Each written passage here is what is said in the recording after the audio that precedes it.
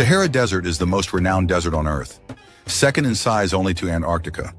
Though we don't typically think of ice-covered regions as deserts. When people imagine a desert, they think of blazing heat, minimal rainfall, and endless stretches of sand. The Sahara fits this image perfectly, spanning an area equivalent to half of Russia or the entirety of Brazil. Interestingly, the Sahara is not just a barren wasteland.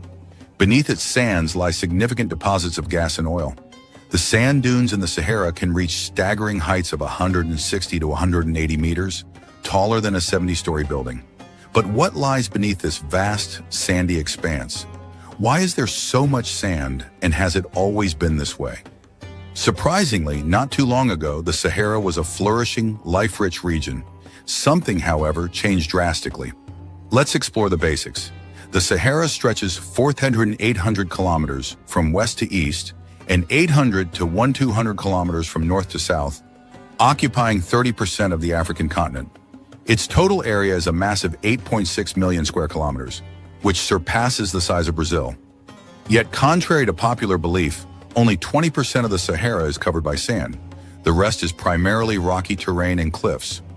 The sand, rocks, and stones of the Sahara conceal fascinating secrets that scientists have recently begun to uncover.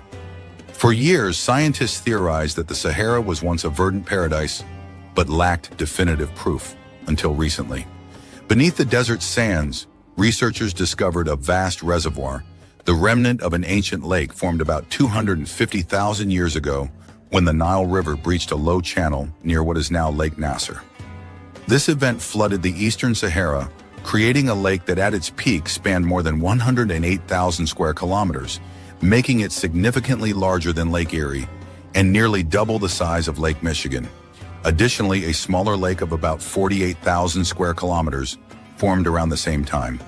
The traces of these ancient lakes were first identified in 2010 by geologists from the U.S. National Air and Space Museum, led by Ted Maxwell. They utilized radar data from space shuttle missions to detect the contours of these prehistoric lakes beneath the Sahara's sands. The extreme dryness of the desert, combined with the consistent geological structure, allowed the radars to capture detailed images of this hidden prehistoric landscape, revealing one of the Sahara's many secrets. Scientists uncovered fossilized fish remains in sediments approximately 400 kilometers west of the Nile River, at an elevation of about 250 meters above sea level, marking the highest shoreline of a once vast lake.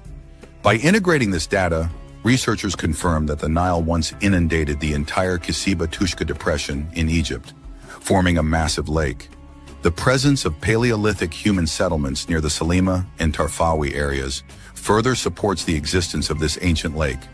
For thousands of years, this lake fostered a diverse array of flora and fauna. However, its sudden formation led to its eventual demise, as the water levels receded and evaporated faster than they could be replenished. Over time, the lake dried up, and its bed was consumed by sand.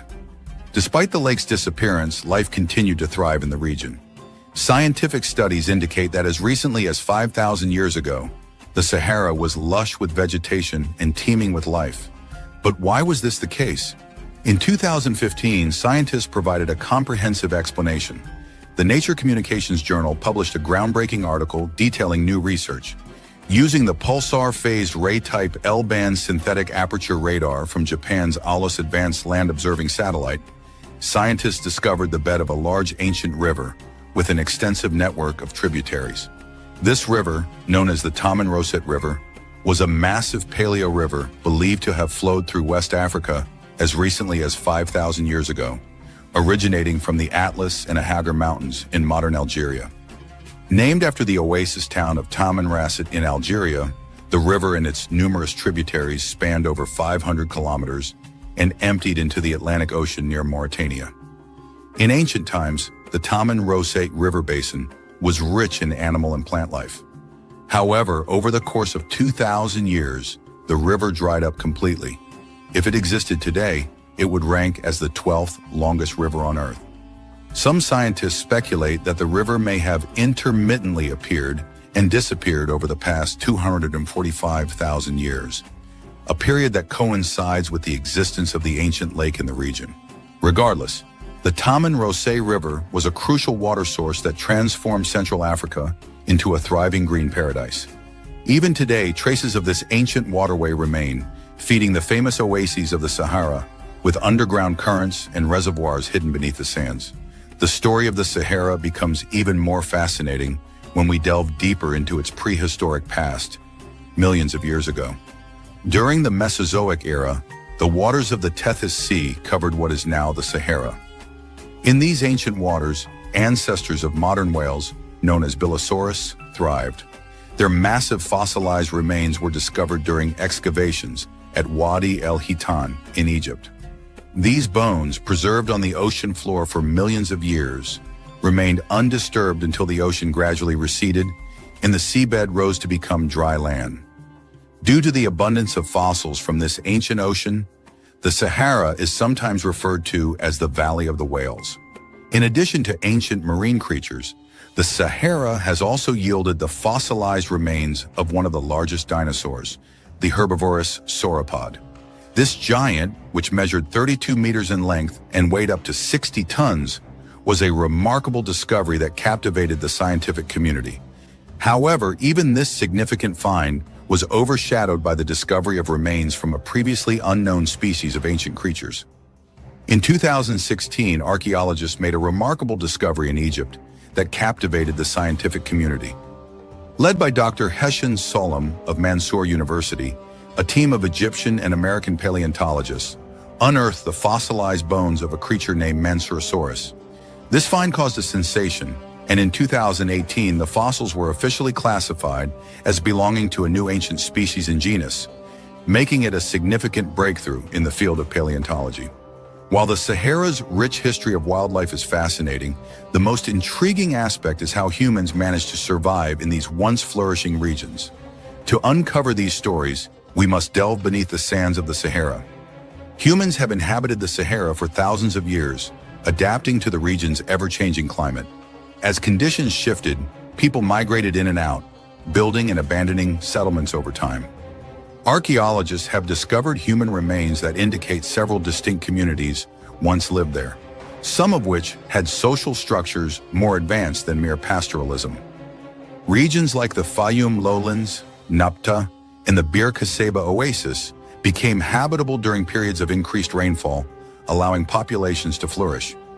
Around the 10th millennium BC, people began migrating down the Nile and spreading across the eastern Sahara.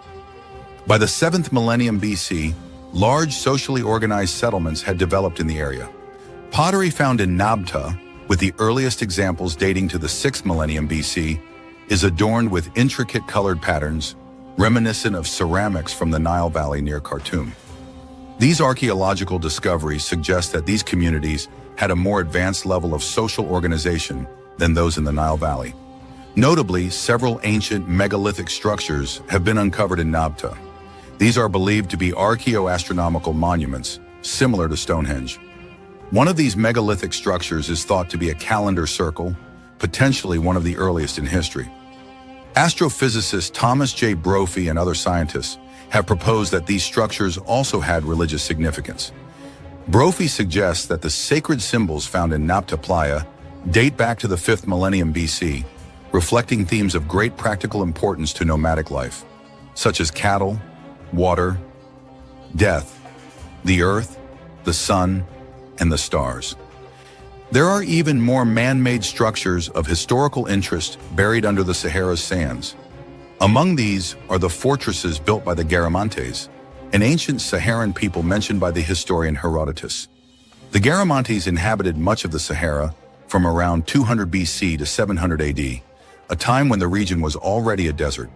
Despite the harsh conditions, the Garamantes learned how to extract water from underground sources and built an extensive network of canals to irrigate their fields and farms, providing drinking water to their towns and fortresses. Their ingenuity allowed them to thrive in an environment that would have been uninhabitable for others.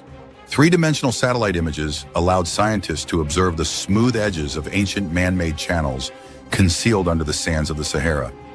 Over time, as the climate became increasingly dry, these channels dried up, and the sands eventually swallowed the settlements. While speculation about extraterrestrial origins is the stuff of science fiction, the Sahara does preserve evidence of interplanetary events within its sands. One such relic is the rare mineral known as Libyan desert glass, found scattered across the barren dunes and rocky plateaus. Libyan desert glass, which consists of 98% silicon dioxide, SiO2, resembles ordinary broken glass with a yellow-green hue in various shades. This natural glass has been known since ancient times and was even used by the ancient Egyptians.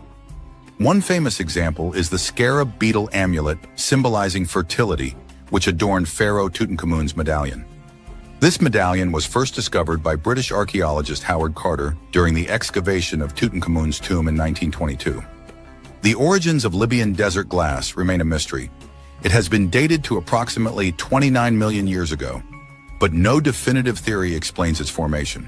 The prevailing hypothesis is that the glass was created by the intense heat generated during a meteorite impact on Earth.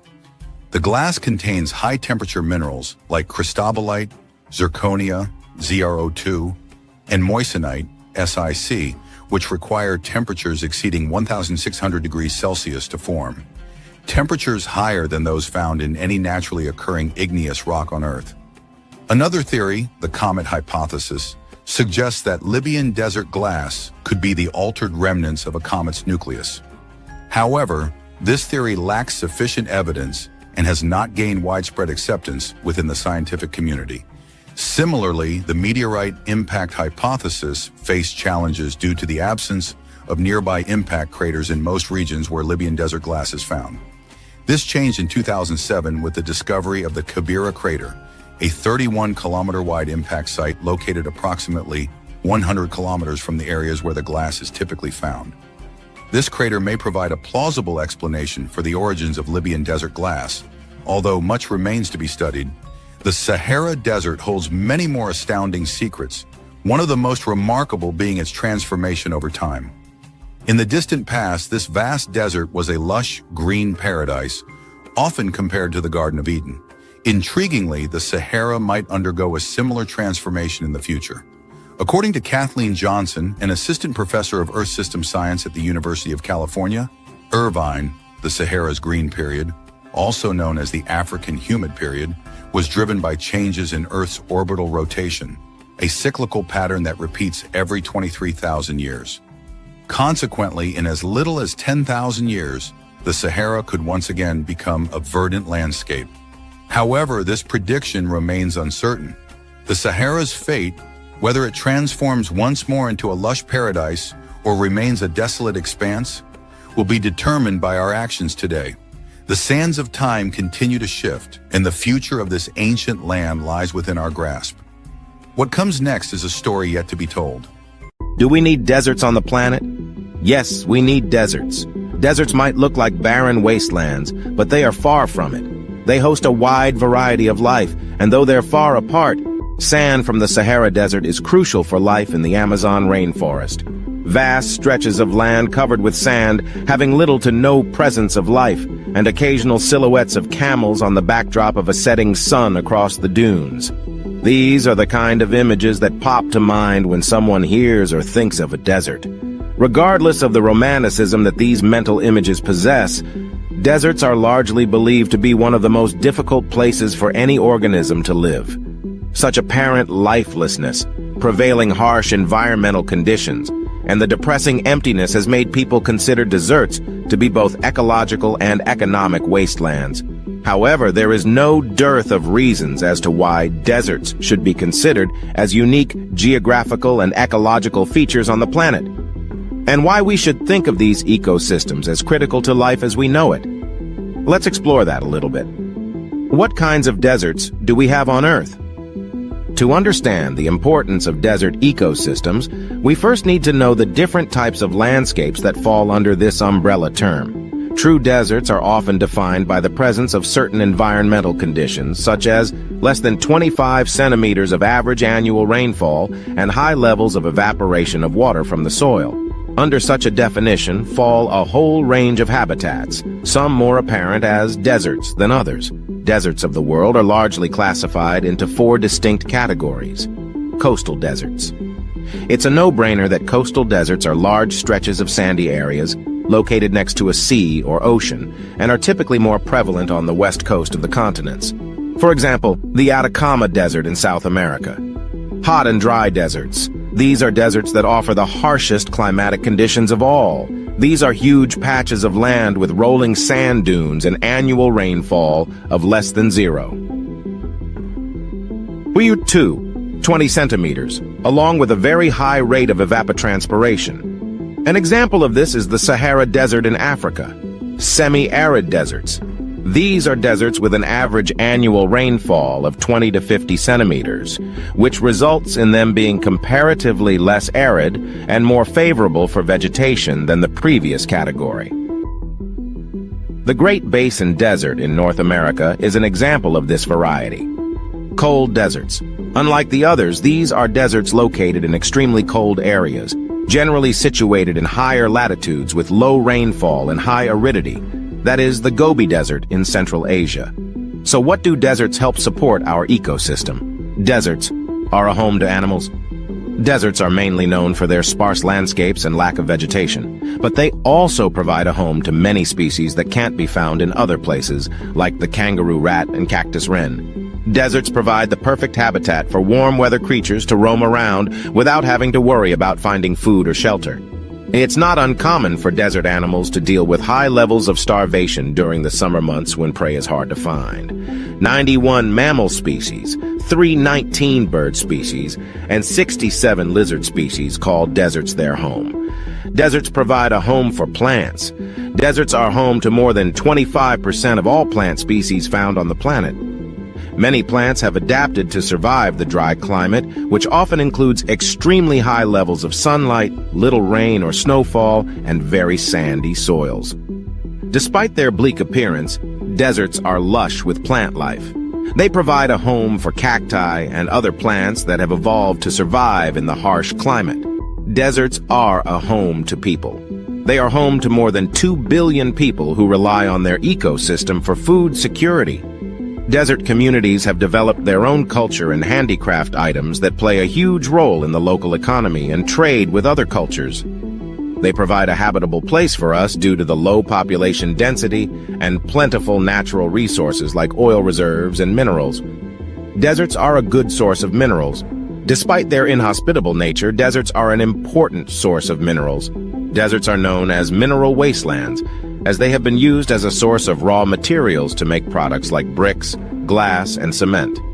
They contain large deposits of useful minerals such as coal, copper, gold, iron ore, natural gas, and petroleum. Deserts are unique places of adventure. In addition to their mineral value, deserts also have a high rate of endemism for plants and animals. Due to the lack of water and other nutrients found in other habitats, desert species tend to be smaller or shorter than their counterparts in other ecosystems.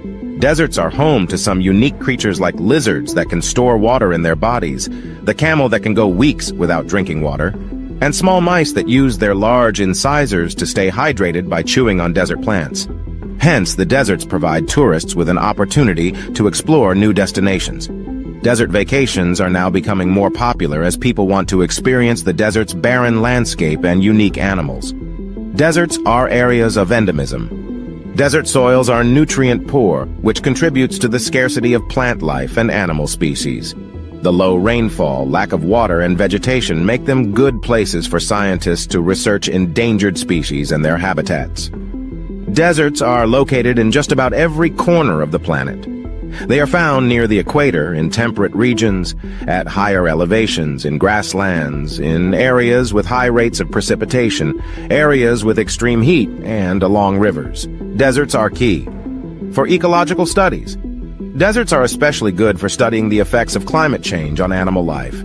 Because deserts are mostly isolated from other habitats, their plant and animal species aren't as affected by outside factors like humans or deforestation.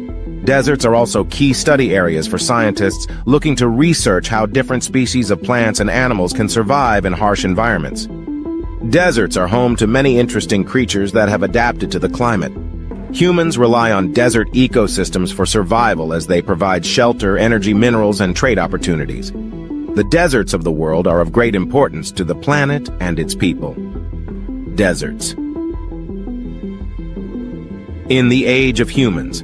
Despite all these critical services that deserts provide, they haven't been spared from non-sustainable exploitation by humankind.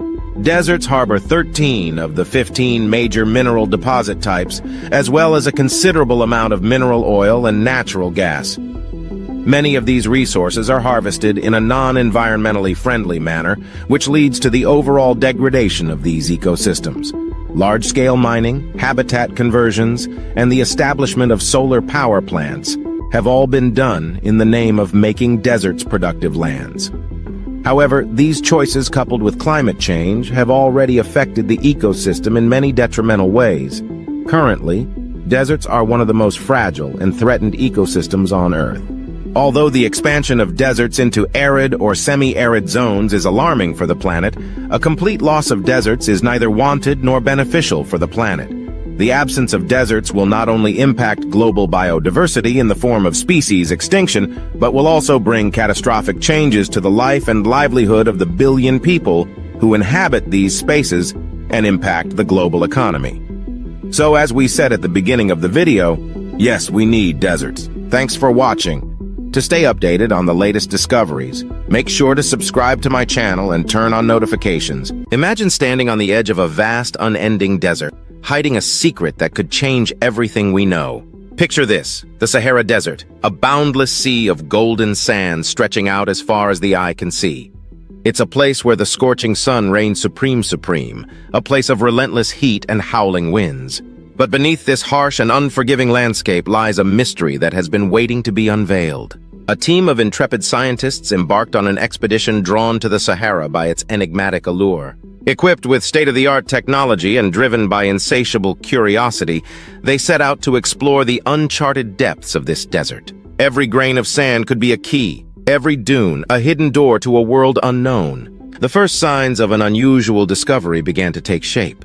The readings from their instruments were unlike anything they had encountered before. The data was perplexing, almost unbelievable. It was as if the desert itself was whispering secrets into their ears. Secrets that spoke of a time long forgotten. A sense of mystery and suspense hung in the air as thick and palpable as the desert heat. The scientists found themselves standing on the precipice of the unknown. Every new piece of information only deepened the enigma, and with each passing moment, the anticipation grew.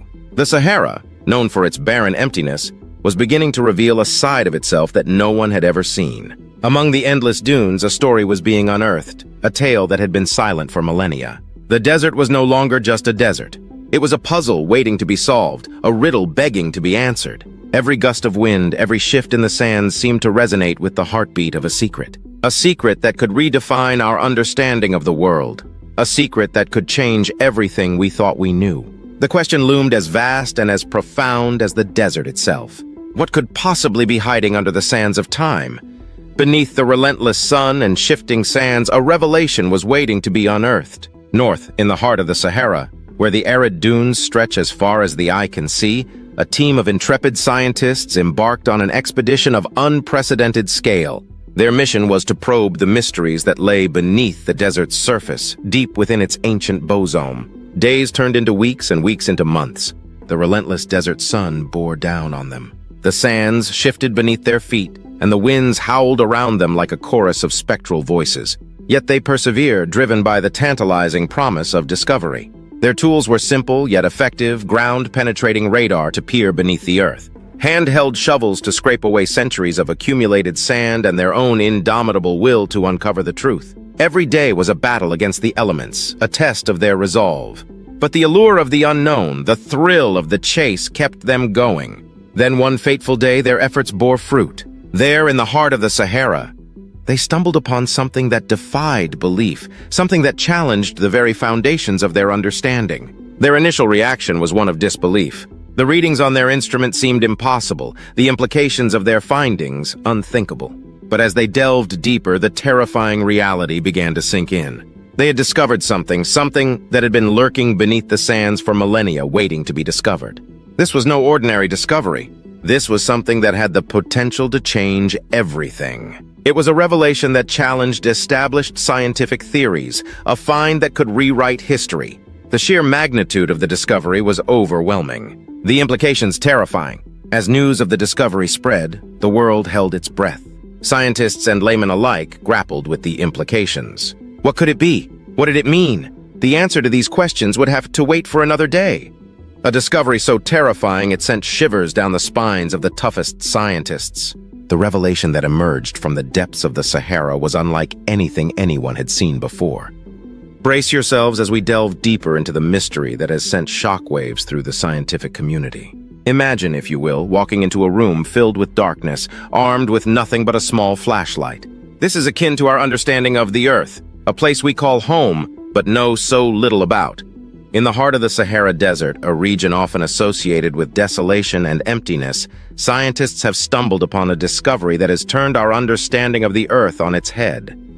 Beneath the seemingly endless stretches of golden sand and scorching sun lay a vast network of underground rivers and lakes, a hidden aquatic world that defies all known geographical and environmental norms.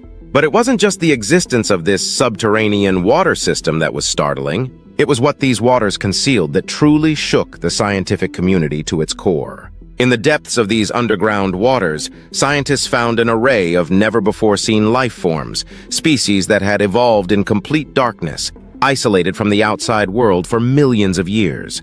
But here's the terrifying part. These life forms exhibited characteristics unlike any known terrestrial species. Their survival in such extreme conditions hinted at the possibility of life forms that could thrive in environments previously deemed inhospitable, even on other planets. The terrifying discovery was not just about the existence of an entirely new ecosystem, but what it implied. It suggested that life as we know it, life as we've defined it, might just be a drop in the ocean of possibilities. This discovery forced us to reconsider our understanding of life, pushing us into a realm of uncertainty and opening up a Pandora's box of existential questions. So what was initially a geological exploration turned into a biological discovery that challenged our very definition of life and our place in the universe. This was not just a discovery, it was a terrifying testament to the unknown depths of our planet.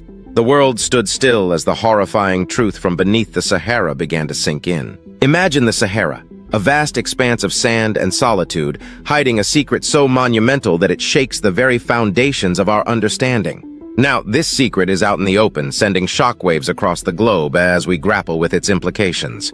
Leading scientists who have dedicated their lives to the study of our planet were left stunned. Renowned geologist Dr. Evelyn Stone likened the revelation to finding a new piece in the puzzle of Earth's history, a piece we didn't even know was missing. She went on to say, "This discovery has the potential to rewrite textbooks, to shift paradigms. It's not just a game changer, it's a whole new game."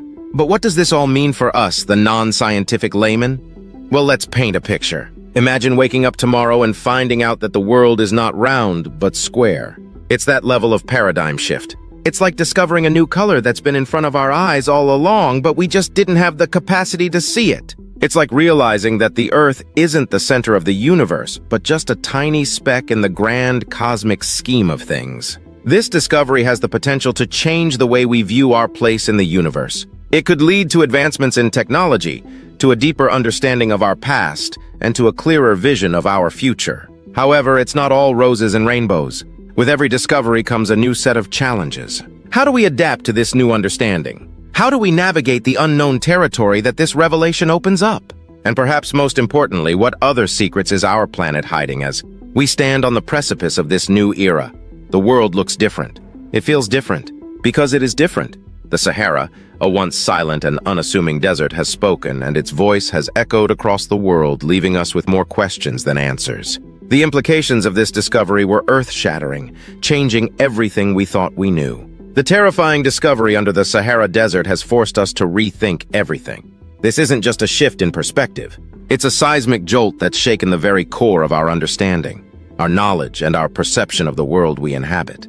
This discovery, unearthed from the heart of the Sahara, has opened our eyes to a past we never knew existed. It has revealed secrets that have been buried for millennia, waiting silently under the desert sands, holding on to stories of civilizations that flourished and perhaps perished, and ecosystems that thrived in unexpected ways. What we once believed to be an arid, lifeless expanse has now been revealed as a canvas on which nature has painted vibrant scenes of life and evolution. This discovery is a testament to the fact that the Earth, our home, is an ever-changing entity. constantly evolving and transforming, often in ways we can't even begin to comprehend. The implications of this discovery are profound. It forces us to question our assumptions and biases. It compels us to look beyond what we see on the surface and delve deeper.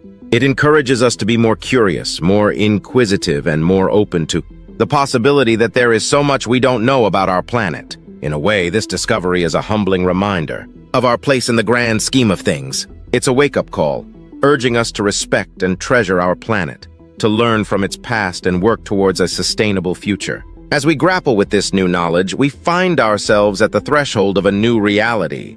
A reality that's filled with mysteries waiting to be solved, stories waiting to be told, and lessons waiting to be learned.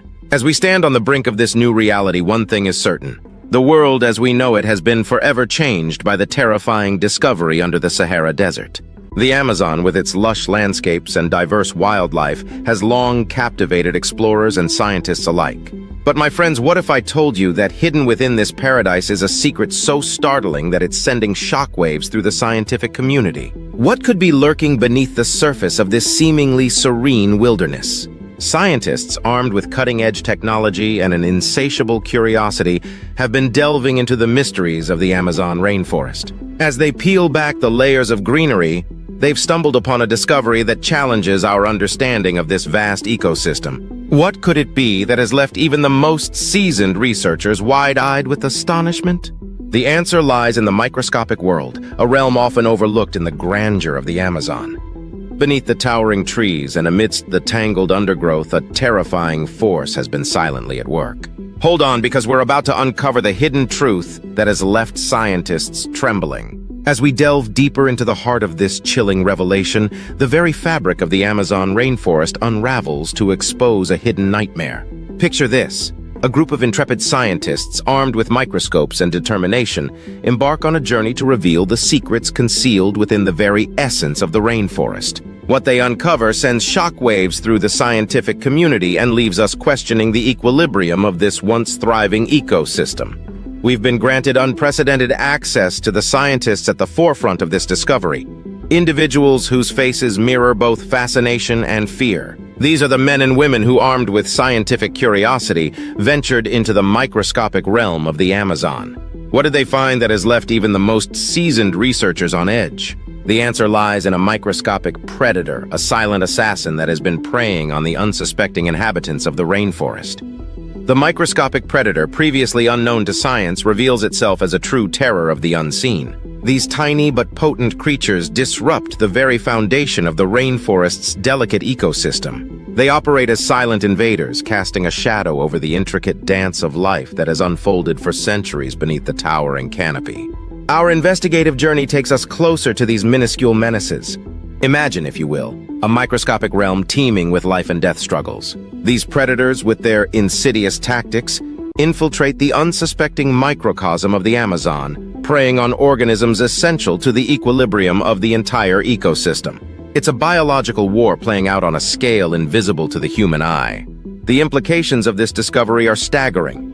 The microscopic predators are not only adept hunters, but also masters of adaptation, seamlessly integrating themselves into the delicate web of life. The once harmonious interactions between organisms are now disrupted, with potential consequences that stretch far beyond the microscopic realm. The question echoes through the rainforest.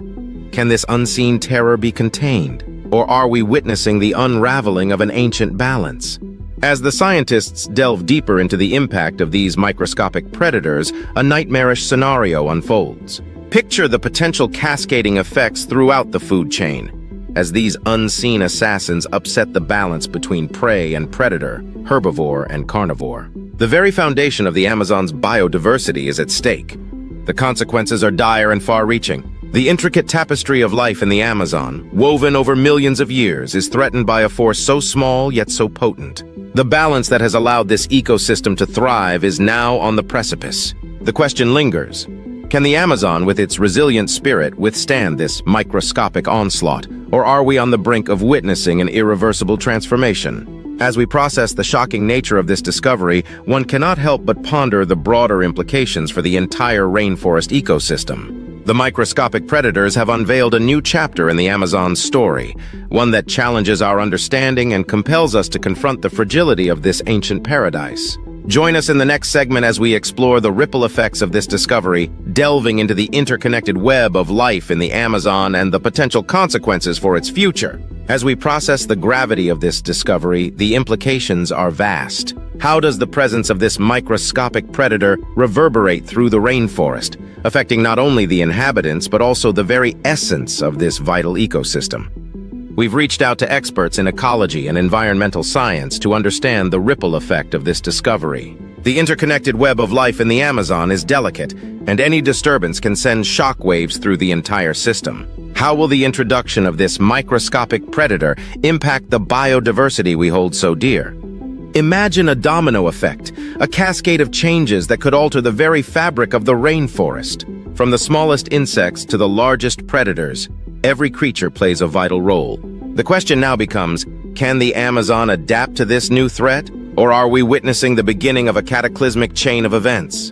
Navigating the profound implications of this microscopic revelation, our voyage directs us to a critical juncture, the future of the Amazon rainforest. How will this revelation shape the destiny of this vital ecosystem? Are we standing on the precipice of an ecological crisis, or can our understanding of this discovery guide us towards solutions that preserve and protect the Amazon? Our exploration into the potential consequences of the microscopic predators leaves us at a crucial juncture. The Amazon, with its unparalleled biodiversity and ecological significance, is at a crossroads. To unravel this complex tapestry of life, we turn to experts on the front lines of conservation efforts, who are tirelessly working to safeguard the future of this irreplaceable ecosystem.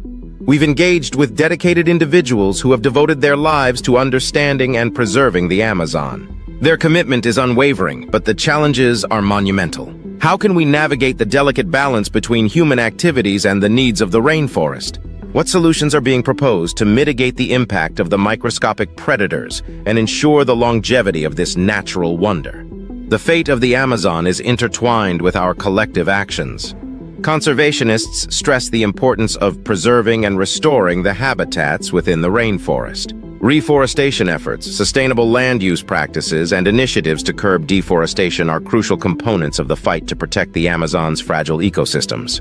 How can we, as stewards of the Earth, contribute to these efforts and make a positive impact? It's not just the responsibility of scientists and conservationists, it's a call to action for all of us. Every individual can play a role in protecting the Amazon and ensuring a sustainable future. By making conscious choices in our daily lives, supporting ethical and sustainable practices, and raising awareness, we contribute to the collective effort needed to preserve the lungs of our planet. However, the challenges facing the Amazon are not confined to national borders. The rainforest spans multiple countries, each with its unique set of circumstances and priorities. International collaboration becomes paramount. How can nations work together to address the threats facing the Amazon? What role does global cooperation play in ensuring the survival of this extraordinary ecosystem? Collaboration is the key. Governments, NGOs, and international organizations must unite to develop comprehensive strategies for the protection and sustainable management of the Amazon rainforest. The microscopic predators have underscored the fragility of this vast ecosystem, emphasizing the need for a coordinated global response. As we contemplate the future of the Amazon, one question looms large. Can we, as a global community, rise to the occasion and safeguard this invaluable treasure for future generations?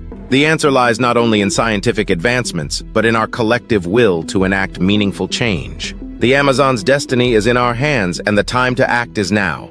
Let's draw inspiration from success stories where conservation efforts have made a difference. There is hope, and it lies in our ability to adapt, innovate, and commit to the preservation of our planet's most precious ecosystems. The Amazon, with all its mysteries and microscopic challenges, has endured for millennia. Now it calls upon us to be the guardians of its legacy.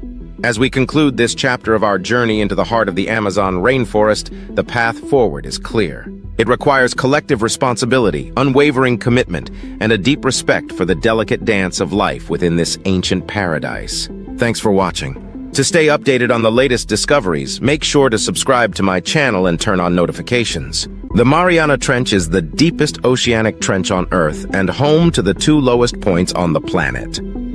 The crescent-shaped trench is in the western Pacific, just east of the Mariana Islands near Guam. The region surrounding the trench is noteworthy for many unique environments, including vents bubbling up liquid sulfur and carbon dioxide, active mud volcanoes, and marine life adapted to pressures 1,000 times that at sea level. The Challenger Deep, in the southern end of the Mariana Trench, is the deepest spot in the ocean. Its depth is difficult to measure from the surface, but in 2010, the National Oceanic and Atmospheric Administration used sound pulses sent through the ocean and pegged the Challenger Deep D at 36,070 feet, 10,994 meters. A 2021 estimate using pressure sensors found the deepest spot in Challenger Deep was 35,876 feet, 10,935 m. Other modern estimates vary by less than 1,000 feet, 305 m. The ocean's second deepest place is also in the Mariana Trench. The Sirena Deep, which lies 124 miles, 200 kilometers to the east of Challenger Deep, is a crushing 35,462 feet deep, 10,809 m. By comparison, Mount Everest stands at 29,026 feet, 8,848 m above sea level, meaning the deepest part of the Mariana Trench is 7,044 feet, 2,147 m deeper than Everest is tall. The Mariana Trench is 1,580 miles, 2,542 kilometers long, more than 5 times the length of the Grand Canyon. However, the narrow trench averages only 43 miles, 69 kilometers wide. Because Guam is a United States territory and the 15 northern Mariana Islands are governed by a U.S. Commonwealth, the U.S. has jurisdiction over the Mariana Trench. In 2009, former President George W. Bush established the Mariana Trench Marine National Monument, which created a protected marine reserve for the approximately 195,000 square miles, 506,000 square km of seafloor and waters surrounding the remote islands. The monument includes most of the Mariana Trench, 21 underwater volcanoes, and areas around 3 islands. What lives in the Mariana Trench? Recent scientific expeditions have discovered surprisingly diverse life in these harsh conditions. Animals living in the deepest parts of the Mariana Trench survive in complete darkness and extreme pressure, said Natasha Gallo, a doctoral student at the Scripps Institution of Oceanography, who has studied video footage from filmmaker James Cameron's 2012 expedition into the trench. Food in the Mariana Trench is extremely limited because the deep gorge is far from land.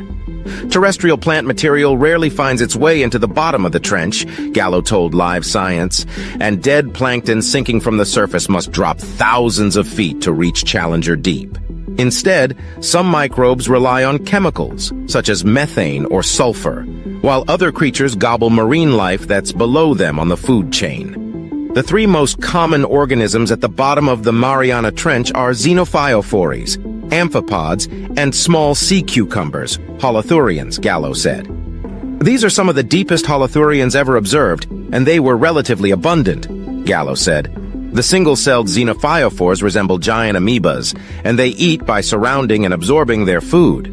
Amphipods are shiny, shrimp-like scavengers commonly found in deep-sea trenches. How they survive down there was a bit of a mystery because amphipod shells dissolve easily in the high pressures of the Mariana Trench.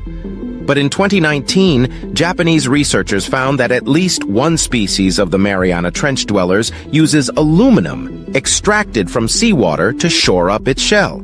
During Cameron's 2012 expedition, scientists also spotted microbial mats in the Sirena Deep, the zone east of the Challenger Deep. These clumps of microbes feed on hydrogen and methane released by chemical reactions between seawater and rocks. One of the region's top predators is a deceptively vulnerable-looking fish. In 2017, scientists reported they had collected specimens of an unusual creature dubbed the Mariana snailfish, which lives at a depth of about 26,200 feet, 8,000 m. The snailfish's small, pink, and scaleless body hardly seems capable of surviving in such a punishing environment. But this fish is full of surprises, researchers reported in a study published that year in the journal Zootaxa. The animal appears to dominate in this ecosystem, going deeper than any other fish and exploiting the absence of competitors by gobbling up the plentiful invertebrate prey that inhabit the trench, the study authors wrote. Is the Mariana Trench polluted? Unfortunately, the deep ocean can act as a potential sink for discarded pollutants and litter. In a study published in 2017 in the journal Nature Ecology and Evolution, a research team led by scientists at Newcastle University in the United Kingdom showed that human-made chemicals that were banned in the 1970s are still lurking in the deepest parts of the ocean. While sampling amphipods, shrimp-like crustaceans, from the Mariana and Kermadec trenches, the researchers discovered extremely high levels of persistent organic pollutants, POPs, in the organism's fatty tissues. These included polychlorinated biphenyls, PCBs, and polybrominated diphenyl ethers, PBDEs, chemicals commonly used as electrical insulators and flame retardants, according to a study published in the journal Nature Ecology and Evolution. These POPs were released into the environment through industrial accidents and landfill leakages from the 1930s until the 1970s, when they were finally banned. We still think of the deep ocean as being this remote and pristine realm, safe from human impact, but our research shows that sadly this could not be further from the truth. Lead study author Alan Jameson, a senior lecturer in marine ecology at Newcastle University, said in a statement, "In fact, the amphipods in the study contained levels of contamination similar to that found in Suruga Bay, one of the most polluted industrial zones of the Northwest Pacific. Since POPs cannot degrade naturally, they persist in the environment for decades, reaching the bottom of the ocean by way of contaminated plastic debris and dead animals. The pollutants are then carried from creature to creature through the ocean's food chain, eventually resulting in chemical concentrations far higher than surface-level pollution. The fact that we found such extraordinary levels of these pollutants in one of the most remote and inaccessible habitats on Earth really brings home the long-term, devastating impact that humankind is having on the planet," Jameson said in the statement. Nor is the Mariana Trench immune from the plastic pollution that invades the world's oceans. A 2018 paper in the journal Geochemical Perspectives found that microplastics were alarmingly common in the lowest waters of the Mariana Trench, indicating that these plastics filter through the ocean to concentrate at its deepest points. What scientists found in the Mariana Trench. Scientists exploring a marine trench near Japan were astonished to find a fish in one of the deepest parts of the ocean, at 8,336 meters, about 5 miles below the surface. The tadpole-shaped translucent creature is a type of snailfish, and it's probably the deepest fish anyone will ever find. They can't really go any deeper, says deep-sea scientist Alan Jameson of the University of West Australia, who led the team that made the discovery. The previous record holder, a juvenile snailfish seen in the Mariana Trench, was filmed at a depth of 8,178 meters in 2017. Fish withstand the high pressures of extreme depths because of compounds called osmolytes in their cells. Osmolyte concentrations increase at greater depths to ensure that fish cells don't shrink too much at such bone-crushing pressures, but these compounds reach their maximum concentration at around 8,400 meters, so that's the theoretical limit of fish physiology. If anyone does find fish deeper than this, it will not be by much, Jameson says. Ichthyologist Prasanta Chakrabarty, curator of fishes at Louisiana State University's Museum of Natural Science, is impressed that the fish, a species in the genus Pseudoliparus, could survive so far down, where the water pressure is 800 times that of the surface. At that depth, everything from gas exchange for breathing to nearly every physiological function seems impossible, he says. I can barely swim to the bottom of a swimming pool without my ears popping. Jameson's team discovered the snailfish in August 2022 at the bottom of the Izu-Ogasawara Trench, near the main islands of Japan. The team was using crewed and uncrewed underwater vehicles to explore deep ocean trenches, and the Izu-Ogasawara connects in the south to the deepest, the Mariana Trench. The deepest parts of the Japanese Trench are slightly warmer than the Mariana, reaching about 1.7 degrees Celsius, 35 degrees Fahrenheit, Jameson says. The warmer water seems to be why the snailfish survive. Osmolytes are less effective at low temperatures, and these snailfish are living near the edge of what's possible. The difference is a fraction of a degree, so we wouldn't care, Jameson says, but it makes a difference to marine animals. To photograph the fish, researchers on board the DSSV pressure drop sent down a lander, an autonomous underwater vehicle equipped with cameras, lights, and batteries, along with a weight to carry the contraption to the sea floor. The researchers used landers that carried dead fish as bait, deep-sea crustaceans ate the bait, and the snailfish came to eat the crustaceans. The lander that made the finding photographed a single juvenile snailfish at 8,336 meters. Though the team couldn't identify the type of snailfish, two others from the species Pseudoliparus belyaevi were caught in baited traps nearby, at a depth of 8,022 meters. More than 400 species of snailfish are known from shallow waters to extreme depths, and each species adapts to where it lives, Jameson says. Each trench has its own snailfish in it, he says. Once they've evolved to cope in a trench, they cannot decompress to get from one trench to another. In an email to Scientific American, ichthyologist Dahiana Arkila, curator of marine vertebrates at the University of California, San Diego's Scripps Institution of Oceanography, noted the part played by technology in the discovery. Rovers and landers will gain a deeper understanding of the unexplored regions of our planet's oceans, she wrote. Thanks for watching. To stay updated on the latest discoveries, make sure to subscribe to my channel and turn on notifications. These explorers spent weeks in Antarctica searching for a long-lost ship, sending underwater robots deep below the ice, hoping to make polar history. Have you ever wondered what secrets lie beneath Antarctica's ice? Imagine a place so remote and extreme that only a few brave scientists venture there each year, facing harsh conditions to uncover the unknown. So what exactly have they discovered? How do these revelations impact us? And what else might be lurking under the ice? Today we're diving into the heart of this frozen continent to reveal some of the most shocking discoveries made by scientists. This is a journey you won't want to miss. Antarctica is the southernmost continent in the world and a hotspot for scientific research. While some people enjoy planning cruises to Antarctica, those trips are something of a drive-by. The continent is actually inhabited by many scientists and researchers. Around 400 scientists spend the winter on this icy continent each year, and new discoveries in Antarctica are made every year. When these marine biologists, geologists, oceanographers, and geophysicists all work together, amazing discoveries take place. These scientists and researchers collect data, gather video footage, use radar technology, and embark on expeditions on and around Antarctica.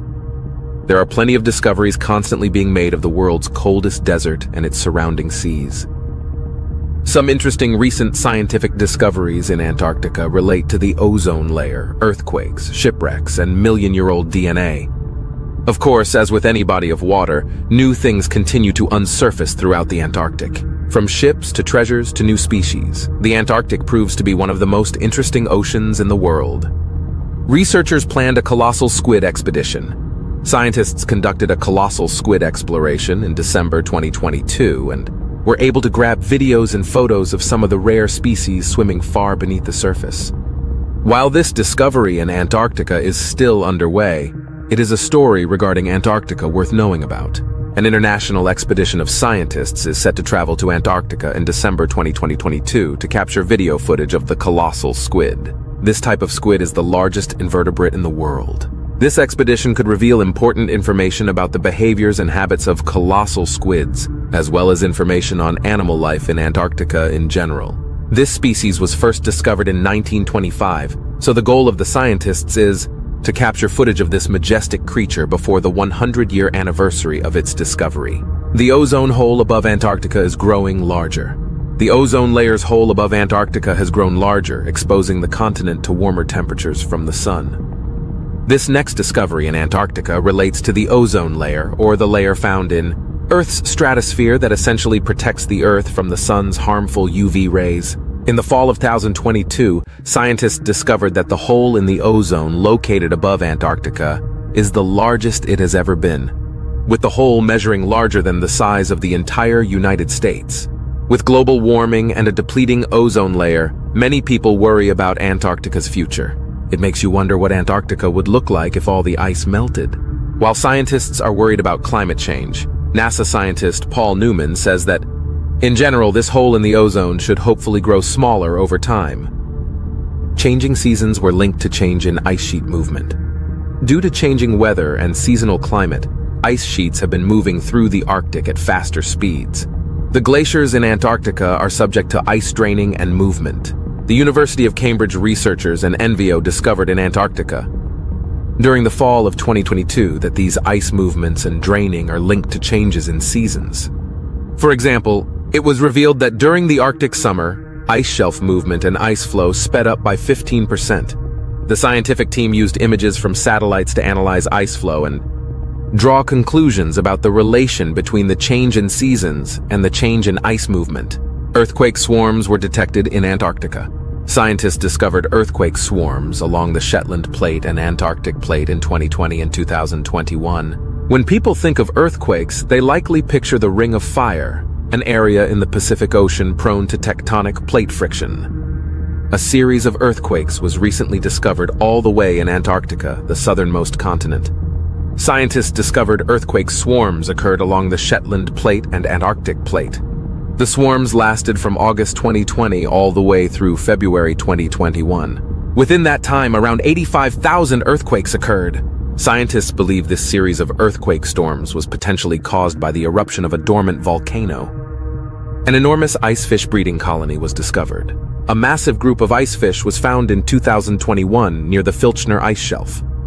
In early 2021, scientists uncovered the largest known fish breeding colony by the Filchner ice shelf in the Antarctic Weddell Sea, containing 60 million nests.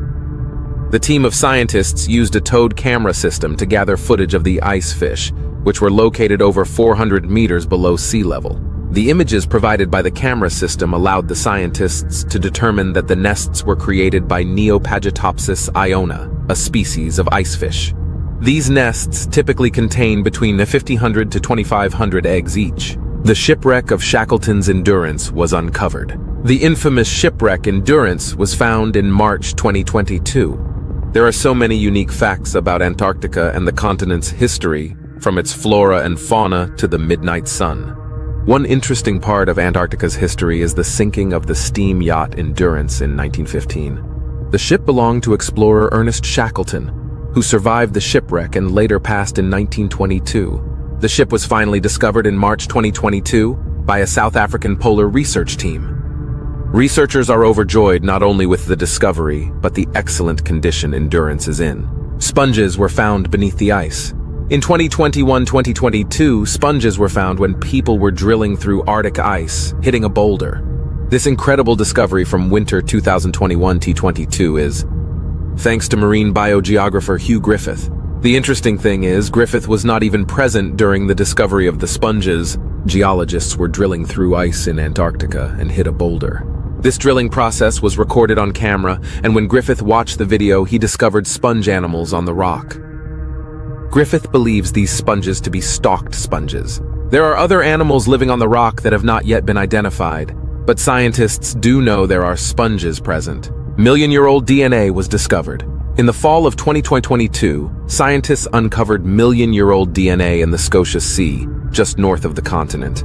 In the fall of 2022, scientists discovered million-year-old DNA in Antarctica. A University of Tasmania and University of Bonn study discovered this DNA in the Scotia Sea, located just north of the continent of Antarctica. The ancient sediment that was discovered is now the oldest marine DNA found from seafloor sediments. This DNA will be analyzed and studied by scientists, as it will tell us a lot about the polar marine ecosystem, as well as how climate change may affect Antarctica. A large lake was found beneath Antarctica's largest ice sheet. According to researchers, sediment from over 34 million years ago was also discovered in the area. Speaking of million-year-old DNA, a recent lake was found in Antarctica that scientists believe could possess sediment from over 34 million years ago. In the spring of 2022, a Chinese aircraft spotted this hidden lake behind a canyon and below an ice sheet. The lake has since been named Lake Snow Eagle. Lake Snow Eagle was discovered using radar technology to look beneath the ice sheet. Finding this lake is extremely impressive, as scientists have been flying and using radar over the area for 3 years prior to the discovery. Hidden life was discovered under Antarctica's Larsen ice shelf. An underwater ecosystem was found in a river beneath the Larsen ice shelf.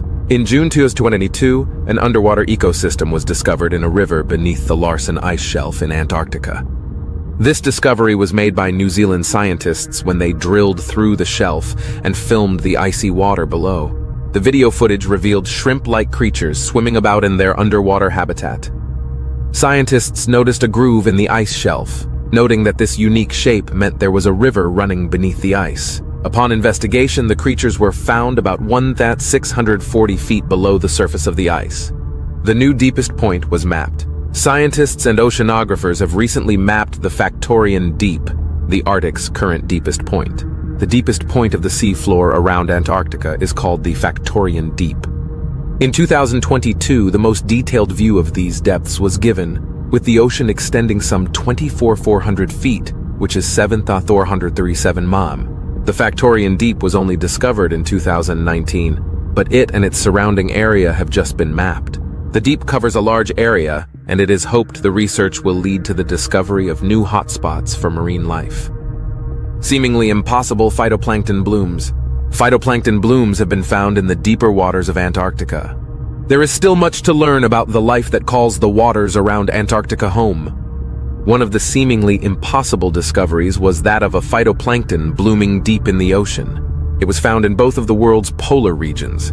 Previously, it had been thought there wasn't enough light there for the phytoplankton to survive. Now it seems that algae can thrive with as little as 1% of the light found on the surface. Bye-bye iceberg.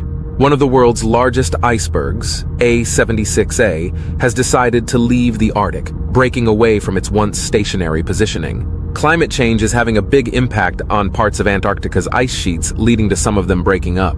It was found that the world's largest iceberg, called A76A, has decided to leave Antarctica. Satellite imagery shows it floating up in the mouth of the Drake Passage and has begun its journey away from Antarctica.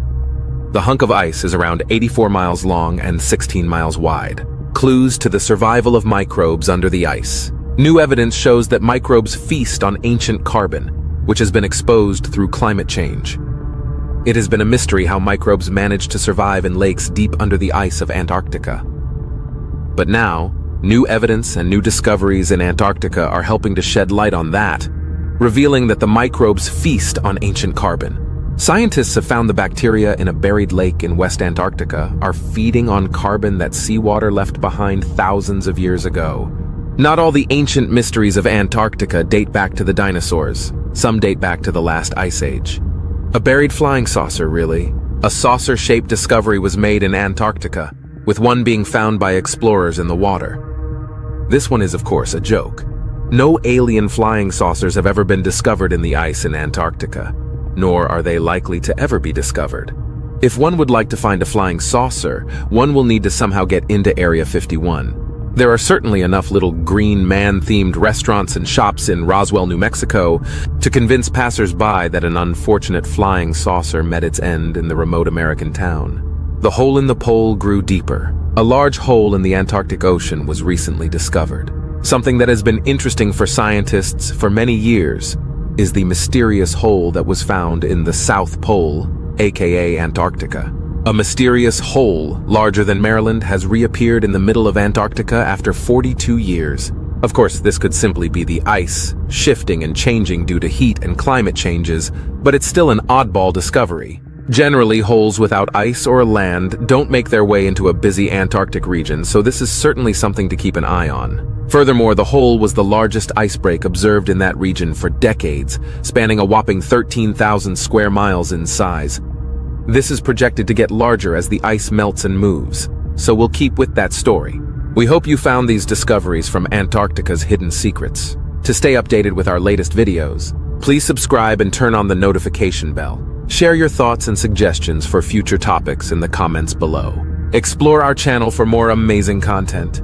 Thanks for watching. And until next time, Mars has captivated humans since we first set eyes on it as a star-like object in the night sky. Early on, its reddish hue set the planet apart from its shimmering siblings, each compelling in its own way, but none other tracing a ruddy arc through Earth's heavens. Then, in the late 1800s, telescopes first revealed a surface full of intriguing features, patterns and landforms that scientists at first wrongly ascribed to a bustling Martian civilization. Now, we know there are no artificial constructions on Mars, but we've also learned that, until 3.5 billion years ago, the dry, toxic planet we see today might have once been as habitable as Earth. Since the 1960s, humans have set out to discover what Mars can teach us about how planets grow and evolve, and whether it has ever hosted alien life. So far, only uncrewed spacecraft have made the trip to the Red Planet, but that could soon change. NASA is hoping to land the first humans on Mars by the 2030s, and several new missions are launching before then to push exploration forward. Here's a look at why these journeys are so important, and what humans have learned about Mars through decades of exploration. Why explore Mars? Over the last century, everything we've learned about Mars suggests that the planet was once quite capable of hosting ecosystems, and that it might still be an incubator for microbial life today.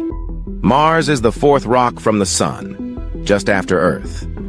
It is just a smidge more than half of Earth's size, with gravity only 38% that of Earth's. It takes longer than Earth to complete a full orbit around the Sun, but it rotates around its axis at roughly the same speed. That's why 1 year on Mars lasts for 687 Earth days, while a day on Mars is just 40 minutes longer than on Earth. Despite its smaller size, the planet's land area is also roughly equivalent to the surface area of Earth's continents, meaning that, at least in theory, Mars has the same amount of habitable real estate. Unfortunately, the planet is now wrapped in a thin carbon dioxide atmosphere and cannot support Earth-like life forms.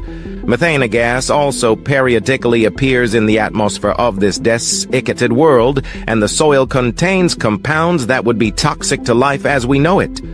Although water does exist on Mars, it's locked into the planet's icy polar caps and buried, perhaps in abundance, beneath the Martian surface. Today, when scientists scrutinize the Martian surface, they see features that are unquestionably the work of ancient flowing liquids, branching streams, river valleys, basins, and deltas. Those observations suggest that the planet may have once had a vast ocean covering its northern hemisphere. Elsewhere, rainstorms soaked the landscape, lakes pooled, and rivers gushed, carving troughs into the terrain. It was also likely wrapped in a thick atmosphere capable of maintaining liquid water at Martian temperatures and pressures. Somewhere during Martian evolution, the planet went through a dramatic transformation, and a world that was once rather Earth-like became the dusty, dry husk we see today. The question now is, what happened? Where did those liquids go? And what happened to the Martian atmosphere? Exploring Mars helps scientists learn about momentous shifts in climate that can fundamentally alter planets. It also lets us look for biosignatures, signs that might reveal whether life was abundant in the planet's past, and if it still exists on Mars today. And the more we learn about Mars, the better equipped we'll be to try to make a living there, someday in the future. Past missions, major discoveries. Since the 1960s, humans have sent dozens of spacecraft to study Mars. Early missions were flybys, with spacecraft furiously snapping photos as they zoomed past. Later, probes pulled into orbit around Mars. More recently, landers and rovers have touched down on the surface. But sending a spacecraft to Mars is hard, and landing on the planet is even harder. The thin Martian atmosphere makes descent tricky, and more than 60% of landing attempts have failed. So far, 4 space agencies, NASA, Russia's Roscosmos, the European Space Agency, ESA, and the Indian Space Research Organization, ISRO, have put spacecraft in Martian orbit. With 8 successful landings, the United States is the only country that has operated a craft on the planet's surface. The United Arab Emirates and China might join that club if their recently launched Hope and Tianwen-1 missions reach the Red Planet safely in February 2021. Early highlights of Mars missions include NASA's Mariner 4 spacecraft, which swung by Mars in July 1965 and captured the first close-up images of this foreign world. In 1971, the Soviet space program sent the first spacecraft into Martian orbit. Called Mars 3, it returned roughly 8 months of observations about the planet's topography, atmosphere, weather, and geology. The mission also sent a lander to the surface, but it returned data for only about 20 seconds before going quiet. Over the subsequent decades, orbiters returned far more detailed data on the planet's atmosphere and surface, and finally dispelled the notion, widely held by scientists since the late 1800s, that Martian canals were built by an alien civilization. They also revealed some truly dramatic features.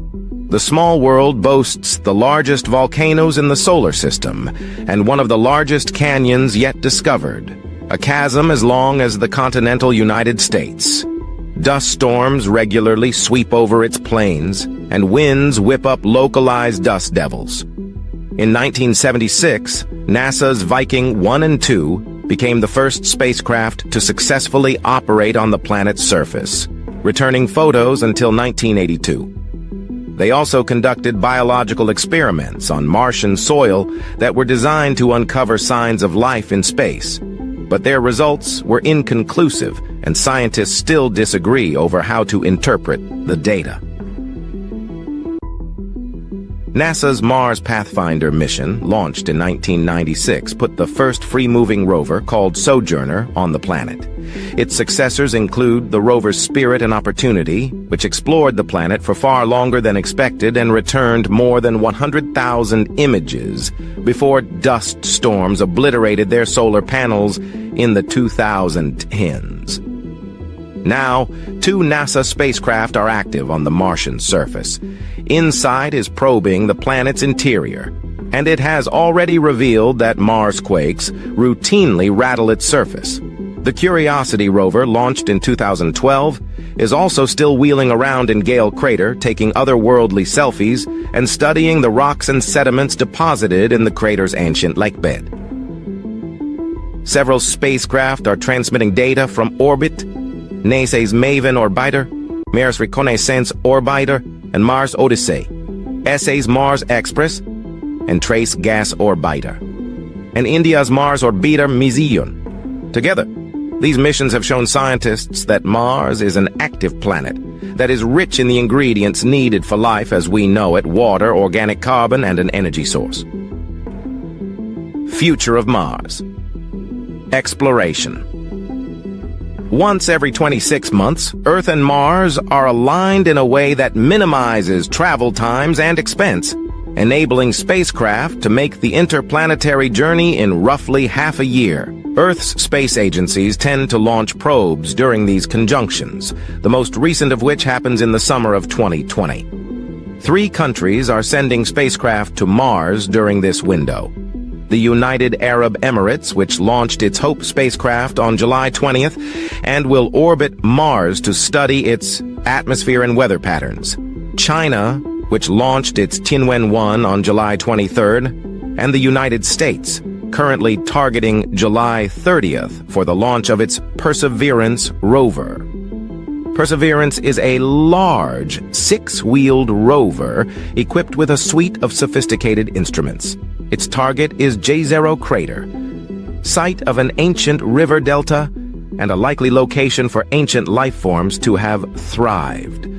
Once on the surface, Perseverance will study Martian climate and weather, test technologies that could help humans survive on Mars, and collect samples from dozens of rocks that will eventually be brought to Earth. Among its goals is helping to determine whether Mars was or is inhabited, making it a true life-finding Mars mission. All of the robotic activity is, of course, laying the groundwork for sending humans to the next world over. NASA is targeting the 2030s as a reasonable time frame for setting the first boots on Mars and is developing a space capsule, Orion, that will be able to ferry humans to the moon and beyond. Private spaceflight companies such as SpaceX are also getting into the Mars game. SpaceX CEO Elon Musk has repeatedly said that humanity must become a multiplanetary species if we are to survive, and he is working on a plan that could see 1 million people living on Mars before the end of this century. Soon, in one way or another, humanity may finally know whether our neighboring planet ever hosted life, and whether there's a future for our species on another world. Thanks for watching. To stay updated on the latest discoveries, make sure to subscribe to my channel and turn on notifications. While Earth is honestly the best place for us to live in the solar system, what about other options? While human space exploration has expanded for decades, we have still been limited to this planet, its orbit, the ISS and other space stations, and past missions to the moon as of June 2023. Crewed missions to the moon are scheduled to begin next year. But Mars has been on the horizon for decades as the closest planet to our own. While it's not identical to Earth, human habitation is possible. So let's dive into 10 reasons to colonize and live on Mars. As the closest planet to home, Mars sits at an average of about 140 million miles, 225 million kilometers, but varies widely with the closest approaches at about 39, 63 million miles, 62, 101 million kilometers apart, and the opposition when both are at aphelion can be 249 million miles, 401 million kilometers apart. To make the fastest and most efficient trip, space agencies plan for a launch window around the closest approaches, but they also have to consider options like fuel efficiency, and so they might choose to use gravity assists around other astronomical objects like Venus, Earth, or the Moon to speed up the spacecraft, which makes the exact travel time a little more complicated. In general, a crewed mission to Mars would likely take about 6.5–8 months one way. While that's a long time to be in space, it's short compared to any other destination. This makes Mars the most reasonable next destination in space after the Moon for human space exploration. While Venus is closer, extreme temperatures, atmospheric pressure, and toxic atmosphere make it uninhabitable for humans, even though recent research suggests conditions may be favorable for bacteria in certain altitudes of its atmosphere. In fact, NASA's upcoming crewed missions to the Moon are actually much bigger than simply lunar colonization. They are the stepping stones for sending humans to Mars by the 2040 ES. In addition, many private space exploration companies like SpaceX have expressed interest in or even goals to send humans to Mars in the near future as well. So let's dive in. What are 10 reasons to colonize and live on Mars? The search for life off Earth. Knowing whether or not life existed or exists beyond Earth is a fundamental question in our understanding of our planet, our solar system, our universe, and even ourselves. As the closest planet to us, Mars is a prime destination to explore this question. In addition, it is the most similar planet to us in the solar system. In fact, evidence suggests Mars used to be covered in water, warmer, and hosted a thicker atmosphere which would make it a much more potentially habitable environment in its past. There is even a theory that life on Earth could have come from rocks rich with microorganisms ejected from Mars and landed on Earth, the Mars life theory. Martian rocks have been found on Earth as meteors from asteroids and the Moon have, though none of these contain signs of life. Human colonization of Mars would increase the chance of finding evidence of past or even current life on another planet. Understanding the surface of Mars and its evolution.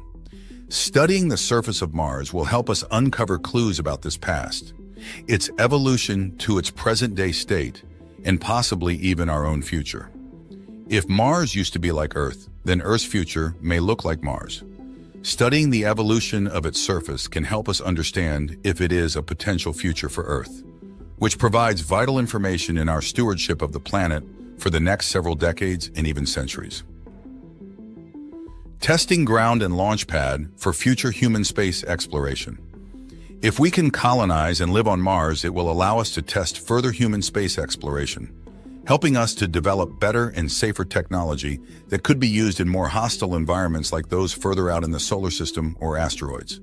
In addition, Mars has about 38% the gravity of Earth, requiring spacesuits to weigh us down and move effectively on the surface, which means that it would be easier to launch a spacecraft from Mars than it would be from Earth in terms of escaping the planet's gravity. It could prove to be an efficient spaceport for missions to the outer solar system due to this, and the fact that it is slightly closer to those targets than we are. Develop new technologies. Exploration has always fueled innovation, especially with technology. Many common objects in daily life today, like GPS, medical diagnostic tools, wireless technology, cordless power tools, sports bras, diapers, solar panels, camera phones, and the rumble strips on the highway are because of space exploration. Many medical innovations have come from NASA's research, such as implantable heart monitors, invisible braces, computerized insulin pumps, and artificial limbs. The continual robotic exploration of Mars has fueled innovation in robotics, geology, coding, communications, and more. In the words of Mary Roach in Packing for Mars, if it's cordless, fireproof, lightweight and strong, miniaturized, or automate, chances are good NASA has had a hand in the technology. The challenge of sending humans to live on Mars will push us to create new innovations that will not only help the Mars dwellers, but us here at home. When the space race started, most people wouldn't have even dreamed of some of the technology we have today because of human space exploration. Who knows what we will create in the service of living on Mars that will have a daily impact on future generations, both there and here. Encourage space tourism. We've talked about the current feasibility and cost of going to space today, including after you've died, along with the pros and cons of space tourism in general. We are already sending humans into space at an increasing rate and lower costs, though it's often still out of reach for the average person as of 2023. The goal of colonizing Mars fuels innovations in space tourism and vice versa. As we plan for and eventually send the first humans to Mars, their innovations and tests of these technologies will help us improve space tourism closer to home, making it more accessible and safer for everyone. Just as the airplane used to be an extravagance only for the wealthy, space tourism will become more and more available to the average person as human space exploration continues. Offer space mining opportunities. The idea of mining minerals and chemical compounds from astronomical objects like the moon, asteroids, and planets has been suggested and studied time and time again, especially to fill the growing needs of the technology sector. Whether this truly solves our issue of non-renewable resources or simply elongates our timeline is another matter. However, colonizing Mars could help us better understand how to safely and efficiently harvest valuable materials on the Martian surface and beyond. One of the pieces of equipment on the Perseverance rover, the Mars Oxygen Experiment, or MOXIE, is working on converting Martian carbon dioxide into oxygen and is paving the way to help humans live and work on Mars. Advancing science in general. There are the obvious areas of scientific advancement from human space exploration that have already been discussed: search for life, planetary evolution, technology, etc. But the beauty about science is that it's all interconnected. When we push the boundaries of one area of science, we often make discoveries that impact other areas of science. Exploring and living on a planet other than our own will help us better understand astronomy, physics, and geology, as well as less expected areas such as biology, neurology, and psychology, as humans have to deal with living in isolation, not just from people, but from many of the comforts of life we have become accustomed to. Another point to note is that many advocate that scientific discovery would happen much faster if humans were on Mars as opposed to just robots. While robots can do an immense amount of research, there is something special about the human brain and its ability to make connections and be creative, ensuring our survival. An obvious reason that is often brought up when discussing sending humans to and colonizing Mars is using it as a second home. If we have humans on planets other than Earth, It provides us with a backup home, so to speak, if something were to happen to Earth. If a meteor like the one that took out the dinosaurs collided with Earth, having humans on Mars would preserve our species. We also know that side effects of human advancement have negatively impacted the environment, which could make human life more difficult or even impossible in the future. Having Mars as a second option to slowly move people to could help preserve our species, though many advocate we shouldn't doom Mars to the same fate by colonizing it before we understand how to care for our own planet sustainably. While Mars has many differences that would make life difficult for humans, that is the atmosphere, lower gravity, lack of easy, reliable access to water, etc., it is the best option in the solar system currently. Advancing as a species, just as exploration fuels all kinds of scientific discovery, it can help us as a species to advance and become better in a variety of ways. It inspires generations young and old to pursue new career paths. It forces us to consider our humanity and our home. It forces us to reconsider philosophy. When we better understand the solar system and the universe, it helps us better see just how special our corner of space is and helps us see our similarities instead of our differences in terms of other humans. Political and economic leadership in changed space exploration is fueled by policy, and in turn, a country can be fueled by space exploration. The space race is proof that space exploration impacts the politics and economy of a nation and its relationships with other nations. Since space exploration fuels innovation, the country that makes it to Mars will also see political and economic benefits that the other countries may not, or at least not for some time. When we invest in exploration, we invest in our future, which creates economic and political opportunities. As a result, especially in recent years, the prospect of going to Mars has become more tangible and exciting. Both space agencies and private space companies currently have plans to send humans to Mars in the coming decades. While many may offer the counter-argument that we have enough problems here on Earth to focus on before simply moving those problems to another planet, colonizing Mars would provide a number of beneficial impacts for science, innovation, and society. We as a species and as individual nations will have to make the decision concerning its importance in the coming decades. But as of now, there is interest in at least sending people to the Red Planet. Time will only tell how those decisions pan out. But for now, it's exciting to consider the possibilities and benefits of human colonization of another planet. Imagine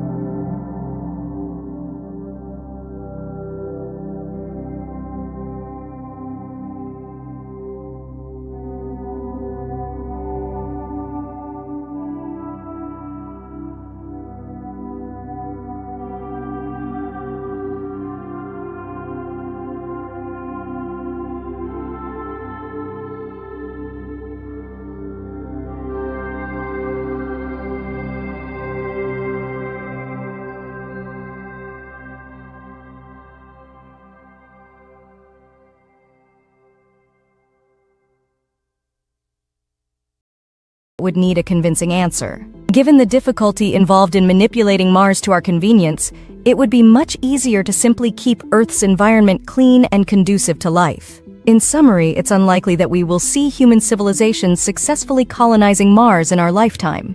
However, innovators and researchers are in pursuit of developing technology that may counter this presumption. Only time will tell how successful humanity will be in making its presence felt beyond Earth in this magnanimous universe. Thanks for watching. To stay updated on the latest discoveries, make sure to subscribe to my channel and turn on notifications.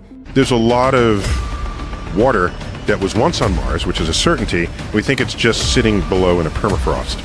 So you wouldn't have to bring water to Mars. Imagine a world where robots equipped with artificial intelligence are the key to discovering alien life. This isn't science fiction. It's happening right now as we search for life on Mars. Could AI be the breakthrough we need to finally answer the age-old question? Are we alone in the universe? Is there any way to speed up the search for life on Mars? It has been nearly half a century since the Viking landers gave an ambiguous answer to that ancient scientific question, and it often seems, at least to the general public, that we have made little progress since. Sophisticated rovers have found the conditions for Martian life, as well as the building blocks of life, but never life itself. AI technology is already playing a crucial role in Mars missions. Rovers like Curiosity and Perseverance are equipped with sophisticated AI systems that help them navigate the Martian terrain, analyze soil and rock samples, and send data back to Earth. These systems make decisions in real time, significantly reducing the delay caused by the vast distance between Mars and Earth. Why Mars? Imagine standing on a dusty red landscape, gazing up at the twin suns setting over an alien horizon. Sounds like a scene straight out of a sci-fi movie, right? But this isn't fiction. This is Mars, our next frontier. Today, we're diving into why Mars has captured the imaginations of scientists and dreamers alike, and how AI is playing a pivotal role in our quest to find life on this enigmatic planet. Stick around, because what we're about to explore could redefine humanity's place in the universe. Mars, the fourth planet from the Sun, has long been a source of fascination and speculation. Known as the Red Planet due to its iron oxide-rich surface, Mars presents a harsh yet strangely familiar landscape. But what makes Mars so special, and why are we so determined to explore it? Firstly, Mars has the most Earth-like environment in our solar system. With its polar ice caps, seasonal weather patterns, and day length similar to Earth's, Mars offers a glimpse into a world that might once have harbored life. Scientists have discovered ancient riverbeds and lake basins on Mars, suggesting that liquid water, a key ingredient for life, once flowed on its surface. These findings raise tantalizing questions. Did life ever arise on Mars? Could it still exist today? In our quest to answer these questions, AI is becoming an indispensable tool. Traditional methods of space exploration are slow and labor-intensive, often hampered by the vast distances and communication delays.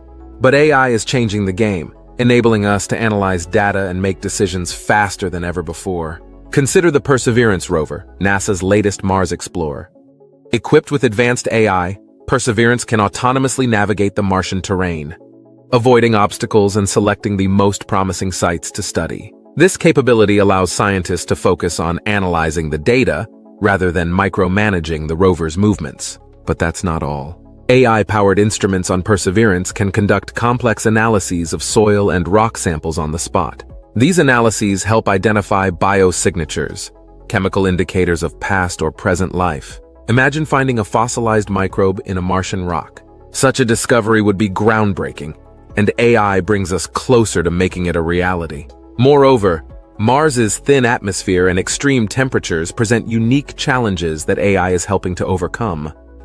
By using machine learning algorithms, scientists can predict weather patterns and optimize the timing of experiments, ensuring that the rover's instruments are protected from harsh conditions. This predictive capability is crucial for the success of long-term missions on Mars. The hunt for life on Mars isn't just about satisfying our curiosity. It's about understanding the potential for life beyond Earth and learning more about our own origins. If life can exist on Mars, it suggests that life might be more common in the universe than we thought. This revelation could have profound implications for our search for extraterrestrial life and our understanding of life's resilience and adaptability. As we continue to push the boundaries of space exploration, AI will remain at the forefront, driving discoveries and expanding our horizons. Mars is just the beginning. With AI as our ally, the mysteries of the cosmos are within our reach. AI's role in sample return missions. Imagine holding in your hand a tiny piece of another world, a sample from Mars, teeming with secrets that could change everything we know about life in the universe. Thanks to advancements in AI, this is quickly becoming a reality. AI is transforming the way we conduct sample return missions. Traditionally, sending and retrieving samples from Mars is a slow and complex process. However, AI technology is accelerating every step. Equipped with advanced AI, Mars rovers like Perseverance can autonomously identify and collect the most scientifically valuable samples. These intelligent systems analyze the Martian terrain in real time, selecting rocks and soil that are most likely to contain signs of past or present life. But the role of AI doesn't stop at collection. Once the samples are on board, AI systems perform preliminary analyses, ensuring only the most promising specimens are sent back to Earth. This efficiency is crucial given the immense cost and effort involved in returning Martian samples. The potential discoveries from these AI-assisted missions are staggering. We could find evidence of ancient microbial life or learn more about Mars's climate history, paving the way for future human exploration. AI is not just a tool, it's our partner in one of the most exciting scientific endeavors of our time. AI's role in predicting Martian weather. Ever wondered how we can explore Mars' harsh and unpredictable weather? AI is the game changer. Advanced AI systems analyze vast amounts of data from Martian satellites and rovers, predicting dust storms, temperature swings, and wind patterns with incredible accuracy. This predictive power ensures the safety and success of our missions, allowing rovers like Perseverance to operate efficiently and protect sensitive equipment. As we prepare for human missions to Mars, AI's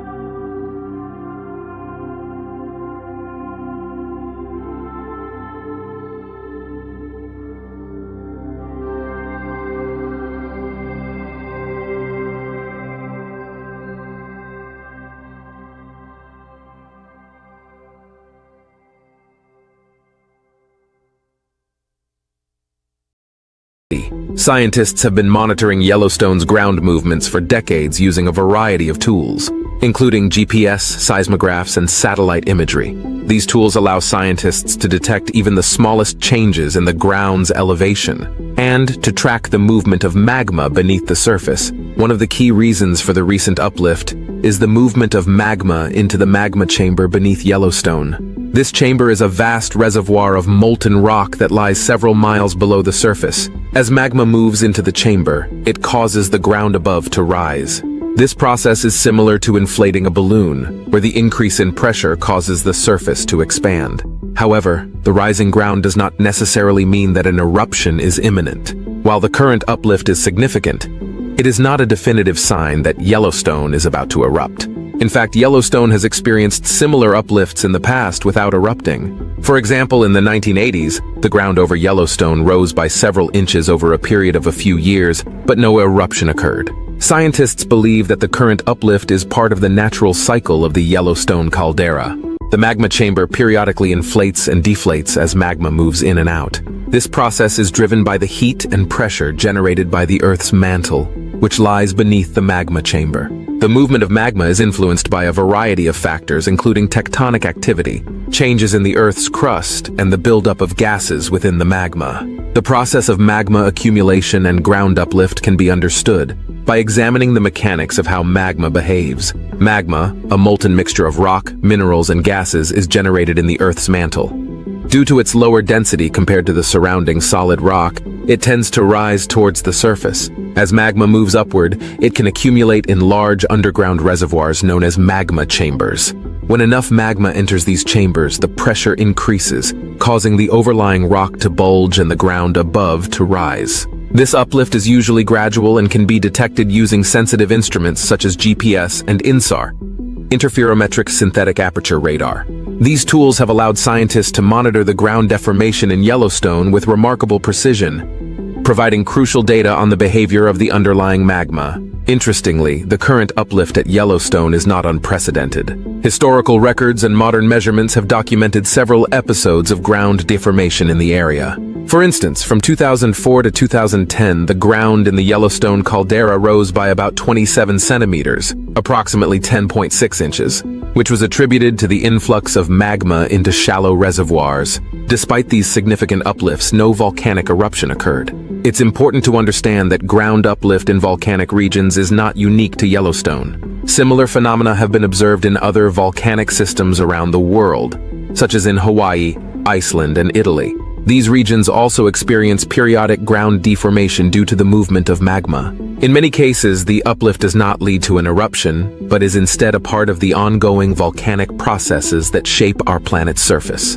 The monitoring of ground uplift and other signs of volcanic activity at Yellowstone is conducted by the Yellowstone Volcano Observatory, YVO, a collaborative effort involving the U.S. Geological Survey, USGS, the University of Utah, and the National Park Service. The YVO employs a comprehensive network of seismometers, GPS stations, and other instruments to keep a close watch on the caldera's activity. This extensive monitoring allows scientists to detect any significant changes that could indicate an increased likelihood of an eruption. In conclusion, while the rising ground over Yellowstone is a fascinating and noteworthy phenomenon, it is a natural part of the caldera's life cycle.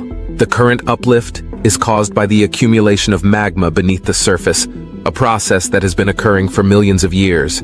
Although this activity is closely monitored, it does not necessarily mean that an eruption is imminent.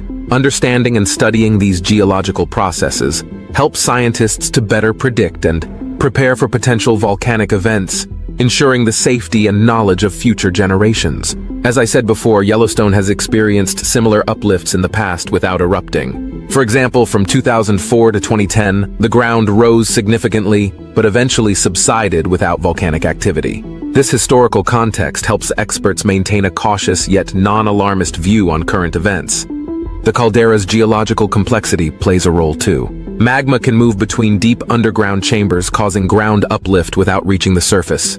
This natural cycle is influenced by tectonic forces and the Earth's mantle dynamics. Volcanic processes at Yellowstone operate on geological timescales, spanning thousands to millions of years. Significant changes like ground uplift can occur without immediate consequences. The Yellowstone Volcano Observatory, YVO, continuously monitors seismic activity, ground deformation, and gas emissions, providing comprehensive data to understand the caldera's behavior. In summary, while the rising ground at Yellowstone is noteworthy, it doesn't necessarily indicate an imminent eruption. Yellowstone has experienced similar uplifts in the past without erupting. According to researchers, the last major eruption occurred over 640,000 years ago. Since then, smaller eruptions and ground movements have occurred, but none have been catastrophic. These historical uplifts provide valuable data, helping scientists understand that uplift alone doesn't signify an imminent eruption. Continuous monitoring and advanced technologies allow researchers to detect subtle changes, ensuring any potential threats are identified early.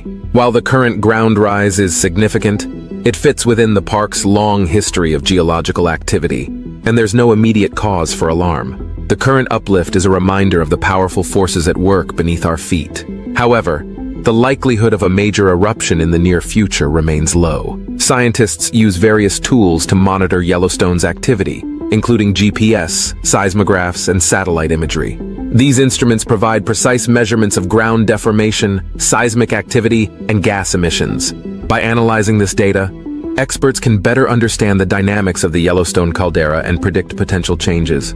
The ongoing research and monitoring efforts are crucial for ensuring public safety and advancing our knowledge of volcanic processes. Continuous research helps scientists understand the dynamics of the Yellowstone caldera. This ongoing monitoring provides valuable data, allowing experts to detect any significant changes that might indicate increased volcanic activity. Through the use of advanced technology and comprehensive data analysis, researchers can make more accurate predictions and prepare for potential hazards. The collaborative efforts of geologists, volcanologists, and other scientists ensure that any unusual activity is quickly identified and assessed. This vigilance helps maintain the safety of visitors and residents while contributing to our broader understanding of volcanic systems. It's fascinating to consider that Yellowstone sits atop one of the world's largest active volcanic systems. The park's stunning landscapes and geothermal features, like geysers and hot springs, are a direct result of this underlying volcanic activity. These features draw millions of visitors each year, eager to witness the raw power of nature. Despite the potential risks, Yellowstone remains a captivating and relatively safe destination. The park's unique geothermal activity not only shapes its landscape, but also provides invaluable insights into the inner workings of our planet. Despite the recent ground uplift, Yellowstone remains a safe and incredible destination for nature lovers. Visitors can explore its unique geothermal features, enjoy its diverse wildlife, and marvel at its breathtaking scenery. The park's beauty and geological significance make it a must-visit location. Park officials and scientists work diligently to monitor and manage any potential risks, ensuring a safe experience for all. The continuous study of Yellowstone's dynamic geology enhances our understanding of volcanic activity, while allowing visitors to appreciate the awe-inspiring natural wonders it offers. So, should you worry about Yellowstone erupting? The short answer is no for now.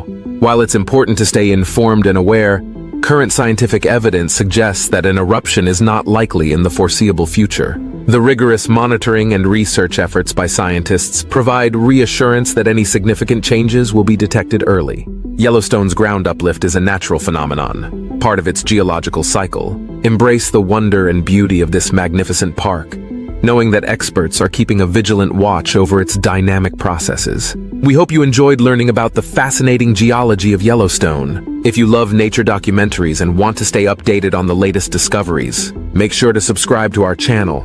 We truly value our viewers and strive to bring you the best content. Your feedback and engagement mean the world to us. If you have any questions or topics you'd like us to cover, please leave a comment below.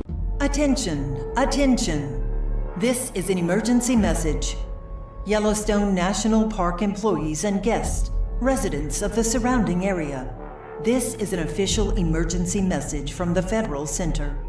Please listen carefully and follow all the instructions.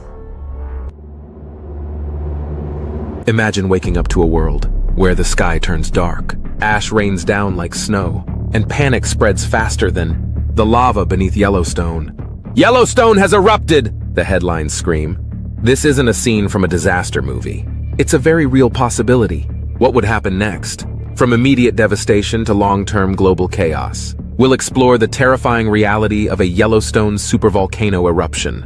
This is one scenario you can't afford to ignore. And while you're watching, if you have any video suggestions, be sure to leave a comment below. Yellowstone National Park, spanning across Wyoming, Montana, and Idaho, is one of the most iconic natural landscapes in the United States. Famous for its geothermal features, including geysers like Old Faithful, hot springs, and bubbling mud pots, Yellowstone sits atop a massive volcanic hotspot. But beneath the park's stunning beauty lies a sleeping giant, the Yellowstone supervolcano. Unlike typical volcanoes, which form steep-sided cones, a supervolcano like Yellowstone is characterized by a massive caldera, a large depression formed after a major eruption. The Yellowstone caldera measures about 30 by 45 miles, a testament to the sheer scale of its volcanic power. According to researchers, historically the Yellowstone supervolcano has erupted 3 times in the past 2.1 million years. Each eruption released vast amounts of ash and magma, significantly altering the global climate and environment. According to researchers, the most recent eruption, approximately 640,000 years ago, ejected over 1,000 cubic kilometers of material, creating the current caldera and impacting the Earth's climate for decades. The park's geothermal activity today is a constant reminder of the magma chamber that still lies beneath Yellowstone. Scientists closely monitor the area for signs of volcanic activity, using various techniques to track ground deformation, gas emissions, and seismic activity. Supervolcanoes, unlike their smaller counterparts, have the capability to produce eruptions thousands of times more powerful. The term supervolcano is used to describe a volcano that can produce an eruption with ejecta greater than 1,000 cubic kilometers. To put this in perspective, a supervolcanic eruption can discharge enough material to cover entire continents in ash and cause dramatic changes to the global climate. Supervolcanoes form over hotspots, areas where magma from deep within the Earth's mantle rises towards the surface. In Yellowstone's case, the magma chamber is estimated to be about 60 kilometers long, 30 kilometers wide, and up to 10 kilometers deep. This chamber of molten rock lies beneath the park, heating the surface and fueling the geothermal activity that Yellowstone is known for. A supervolcanic eruption occurs when pressure from the magma chamber builds to the point that the overlying crust can no longer contain it. This pressure is often caused by the accumulation of gases within the magma. When the pressure is finally released, it results in a massive explosion, ejecting vast amounts of ash, pumice, and volcanic gases into the atmosphere. Regular volcanoes typically have a central vent through which lava flows. In contrast, supervolcanoes often do not have a central vent. Instead, they have a large caldera, a depression formed when the ground collapses into the emptied magma chamber after an eruption. This caldera can be tens of kilometers in diameter. Yellowstone has experienced 3 major eruptions in its history, each shaping the landscape dramatically.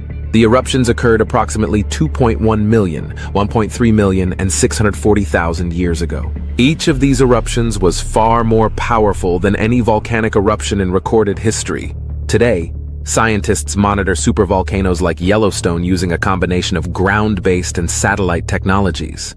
These include seismic activity, ground deformation, gas emissions, and hydrothermal activity. Earthquakes often precede volcanic eruptions as magma moves towards the surface. Changes in the ground level can indicate the movement of magma. Increased levels of volcanic gases like sulfur dioxide can signal an impending eruption. Changes in the park's geysers and hot springs can provide clues about what's happening below the surface. While predicting the exact timing of a supervolcano eruption is challenging, continuous monitoring helps scientists understand the potential signs of increased volcanic activity and provides valuable data to help mitigate the impact of such an event. Understanding the science behind supervolcanoes is crucial for preparing for their potential eruptions. The magnitude of their power and the far-reaching consequences of their eruptions make them one of the most significant natural threats to our planet.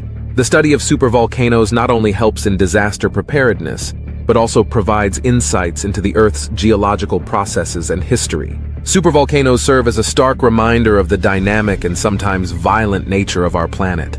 Their eruptions, although rare, have the potential to reshape continents, alter climates and affect life on Earth in profound ways.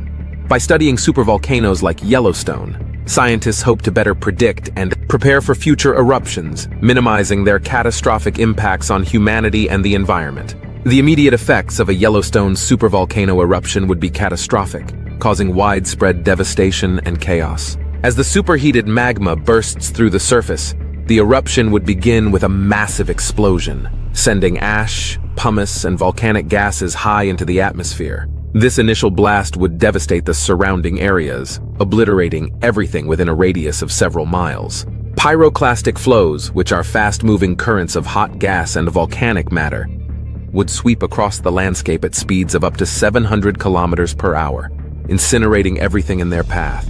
Ash fallout would be one of the most immediate and widespread effects. The eruption could eject billions of tons of ash into the atmosphere, which would then spread across vast areas, potentially covering much of North America. Cities and towns downwind from Yellowstone could be buried under meters of ash, leading to the collapse of buildings, the clogging of machinery, and the contamination of water supplies. Inhalation of ash could cause severe respiratory problems and even death for people and animals in the affected areas. The massive injection of ash and sulfur dioxide into the atmosphere would create a volcanic winter, drastically reducing temperatures worldwide. The ash cloud would block sunlight, causing global temperatures to drop by several degrees. This sudden cooling would disrupt weather patterns, leading to shorter growing seasons and widespread crop failures. The reduction in food production could lead to severe food shortages and famine, exacerbating the humanitarian crisis. The eruption would also have immediate impacts on air travel. The vast ash cloud would make flying hazardous, leading to the grounding of flights across North America and potentially other parts of the world. Ash particles can damage aircraft engines and pose significant risks to air travel, as seen during the 2010 Eyjafjallajökull eruption in Iceland, which caused widespread flight cancellations across Europe. Infrastructure would suffer extensive damage. Power lines would be brought down by the weight of ash, leading to widespread blackouts. Roads and highways would become impassable, hampering rescue and relief efforts. Communication networks would be disrupted, making it difficult for authorities to coordinate responses and for people to contact loved ones. In the immediate aftermath, emergency services would be overwhelmed. Hospitals would be inundated with patients suffering from burns, injuries, and respiratory issues. The sheer scale of the disaster would stretch resources to their limits, making it challenging to provide adequate care and support to those in need. The environmental impact would be severe. Rivers and lakes could be choked with ash, killing fish and other aquatic life. Forests and farmlands would be buried, leading to the loss of wildlife habitats and agricultural land. The sulfur dioxide released into the atmosphere would form sulfuric acid droplets, leading to acid rain, which would further damage crops, forests, and bodies of water. Overall, the immediate effects of a Yellowstone supervolcano eruption would be devastating, with far-reaching consequences for both the local and global environment. The combination of explosive force, ash fallout, and volcanic winter would create a disaster of unprecedented scale, affecting millions of lives and causing widespread destruction. In the short term, a Yellowstone supervolcano eruption would have dramatic and far-reaching global consequences. One of the most immediate effects would be a significant drop in global temperatures, known as a volcanic winter. The massive amount of ash and sulfur dioxide ejected into the atmosphere would block sunlight, leading to a temporary cooling of the Earth's surface. This sudden drop in temperature could last for several years, disrupting weather patterns and leading to severe climatic changes. Agriculture would be heavily impacted by the volcanic winter. The reduction in sunlight and lower temperatures would shorten growing seasons and reduce crop yields worldwide. This would lead to food shortages and increase the risk of famine, especially in regions already vulnerable to food insecurity. The economic impact would be severe, as agricultural production declines and food prices skyrocket. Transportation would also face significant disruptions.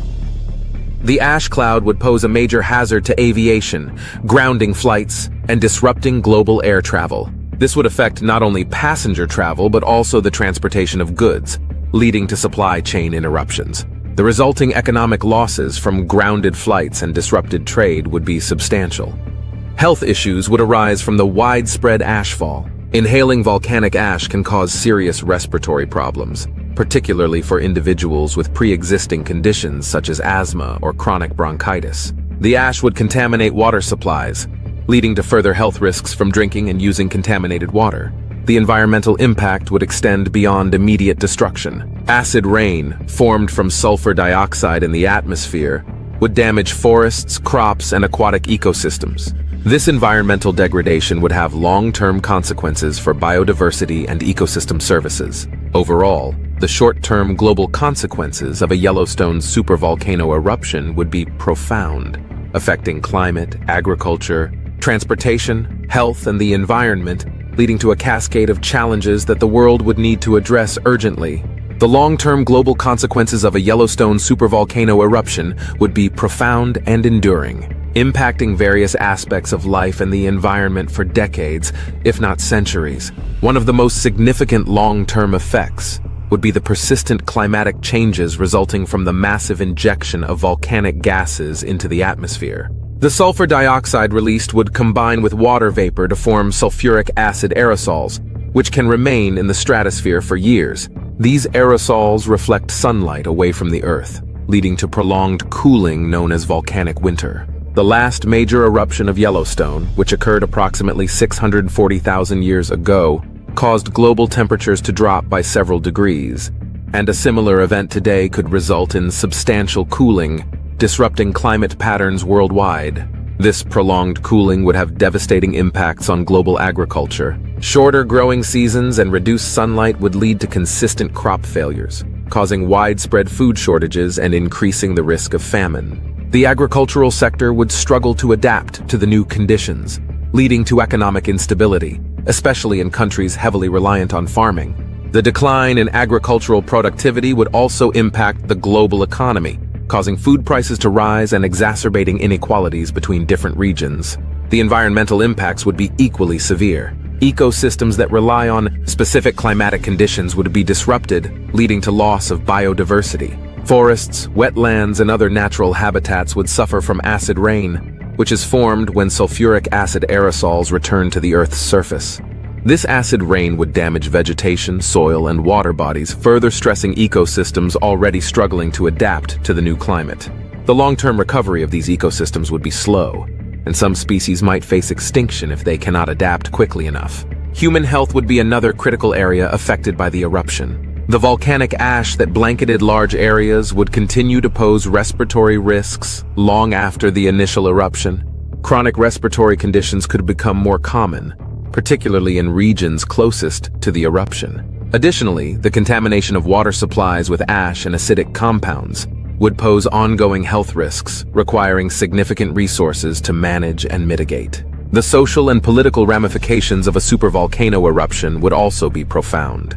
The strain on resources caused by food shortages, economic instability, and health crises could lead to social unrest and conflict. Governments would face immense pressure to provide aid and maintain order, and international cooperation would be crucial in managing the global fallout. The eruption could also lead to mass migrations, as people flee affected areas in search of more stable environments, further complicating the social and political landscape. Economically, the long-term impacts would be significant. The cost of rebuilding infrastructure, healthcare, and agricultural systems would be immense. Insurance companies would face unprecedented claims, and many businesses, particularly in the tourism and agriculture sectors, would struggle to recover. The economic shockwaves would ripple through global markets, potentially leading to a prolonged economic downturn. In summary, the long-term global consequences of a Yellowstone supervolcano eruption would be far-reaching and complex, affecting climate, agriculture, ecosystems, human health, social structures, and the global economy.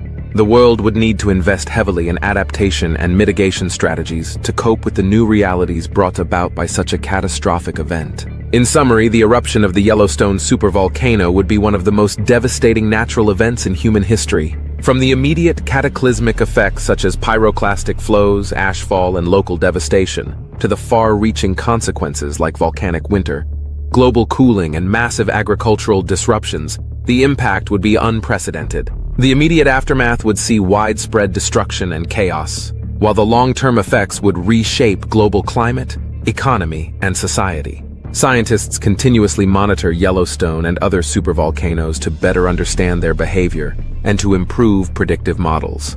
While the exact timing of such an eruption remains uncertain, the potential consequences make it imperative to prepare and develop strategies for mitigation and response. Understanding the science behind supervolcanoes and the potential impacts of an eruption is crucial for global preparedness. Investments in monitoring, research, and international cooperation can help mitigate the catastrophic effects of such an event. As we continue to explore the dynamic and sometimes violent nature of our planet, it is essential to remember the power of nature and the importance of being prepared for the worst-case scenarios. If you found this video intriguing, don't forget to like, subscribe, and hit the bell icon for more fascinating content. Stay informed and stay prepared, because understanding our planet is the first step in protecting it. Imagine a world where Earth loses its magnetic field. What would happen?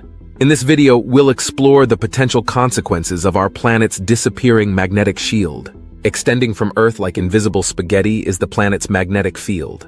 Created by the churn of Earth's core, this field is important for everyday life.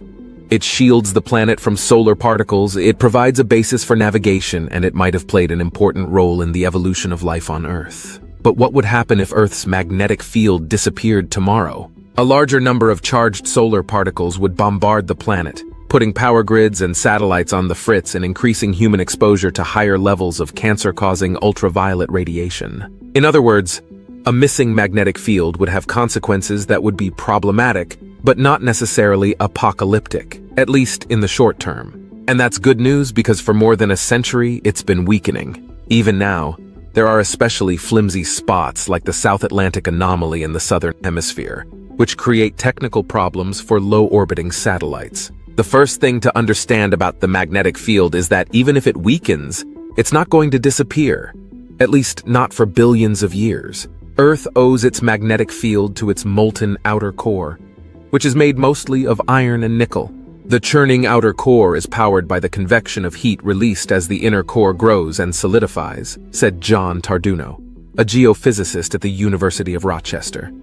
The inner core grows by about 1 millimeter per year. This magnetic field engine, known as a dynamo, has been chugging along for billions of years. Scientists think that the current core arrangement may have settled into place about 1.5 billion years ago, according to 2015 research that found a leap in the magnetic field's strength around then. But Tarduno and his team have found evidence for a magnetic field on Earth in the planet's oldest minerals, zircons, dating back 4.2 billion years, suggesting that activity in the core has been creating magnetism for a very long time. It isn't clear why the dynamo got started, Tarduno told Live Science, though it's possible that the enormous planetary impact that created the moon might have been the key driver. This impact, which occurred perhaps 100 million years after Earth came together, could have shaken up any stratification or layering of materials in Earth's core. Imagine shaking up a bottle of oil and water on a planetary scale. This disruption could have promoted the convection that still drives Earth's dynamo today. Eventually, the inner core will probably grow large enough that convection in the outer core is no longer efficient, and the magnetic field will fail. But that scenario is so far off that it's not worth losing much sleep over. We're talking billions of years, Tarduno said. Compasses would do strange things. Compasses are really nothing more than tiny magnets, and like all magnets, they align themselves with nearby magnetic fields. Conveniently, Earth's magnetic field is strong enough to force compasses to align north to south. But with our planet's magnetic field gone, compasses would point to any nearby source of magnetism. Even an outcrop of magnetic rock could do the trick. In fact, scientists have documented this effect before. Magnetic anomalies, places on Earth where nearby natural magnetism cause compasses to malfunction, are found around the world. In the Central African Republic, for example, unexplained magnetic variations in Earth's crust cause compass needles to point in random directions, rendering them useless for navigation. If our planet's magnetic field disappeared, wandering compasses could become the norm worldwide. Birds couldn't migrate for the winter. Humans aren't the only animals that exploit Earth's magnetic field for navigation. Many birds, sea turtles, lobsters, honeybees, salmon, and even fruit flies have biological compasses, termed magnetoreceptors, built into their bodies. Birds use this ability to seek warmer climates during winter months, while sea turtles navigate the open ocean and seek beaches to lay their eggs. Scientists even think that most female sea turtles return to the same beaches every year, a feat made possible in part by their natural compasses. If Earth's magnetic field disappeared, many animals that depend on compass navigation could be in serious trouble. Sea turtles could literally get lost at sea. Migratory birds might fly in the wrong direction, threatening their survival. Honeybees might get lost trying to find their hives, which could impact the pollination of flowers and other plants. With their navigational abilities severely compromised, these and many other organisms could face extinction. The aurora wouldn't be the same. Along with our biodiversity, the loss of Earth's magnetic field could alter Earth's auroras, known commonly as the northern and southern lights. These beautiful phenomena are created when our planet's magnetic field channels charged particles from the sun, known as the solar wind, into our planet's upper atmosphere. The solar wind is usually deflected by our magnetosphere, the invisible shell created by Earth's magnetic field. But around the north and south poles, the magnetosphere dips inward like a funnel, allowing the solar wind to interact with our upper atmosphere. The result of this interaction are these spectacular, multicolored bands of glowing plasma known as auroras. Auroras on Earth have been known to shine so brightly, a person could literally read by them. But without Earth's magnetic field, our entire upper atmosphere would be exposed to the solar wind, completely changing how our auroras might appear. They could even resemble auroras found on Venus and Mars. Since these two planets have no significant magnetic fields, they sometimes have faint, less colorful auroras scattered across their night sides. Thus, along with altering our polar skies, the disappearance of our magnetic field could forever dampen one of Earth's most breathtaking natural wonders. Cosmic rays could reach Earth's surface. Our magnetic field doesn't just give us beautiful auroras, it keeps us alive. Cosmic rays and the solar wind are harmful to life on Earth, and without the protection of our magnetosphere, our planet would be constantly bombarded by a stream of deadly particles. The effects of cosmic rays on the body can be pretty terrifying. While on lunar missions, for example, astronauts often reported seeing flashes of light when they closed their eyes, the direct result of cosmic rays passing through their retinas. A few even developed cataracts years later. Radiation and cosmic rays are a real concern for NASA, especially when it comes to long-term spaceflight. Astronauts on a mission to Mars could undergo up to 1,000 times the exposure to radiation and cosmic rays that they would get on Earth. If Earth's magnetic field disappeared, the entire human race, and all of life in fact, would be in serious danger. Cosmic rays would bombard our bodies and could even damage our DNA, increasing worldwide risk of cancer and other illnesses. The flashes of light visible when we close our eyes would be the least of our problems. Widespread power outages and broken satellites. Human health is one issue, but without a geomagnetic field, our technology would also be at risk. Satellites can and do suffer damage from solar storms, and without Earth's magnetic field, every electronic device could be exposed to high-energy particles from cosmic rays and the solar wind.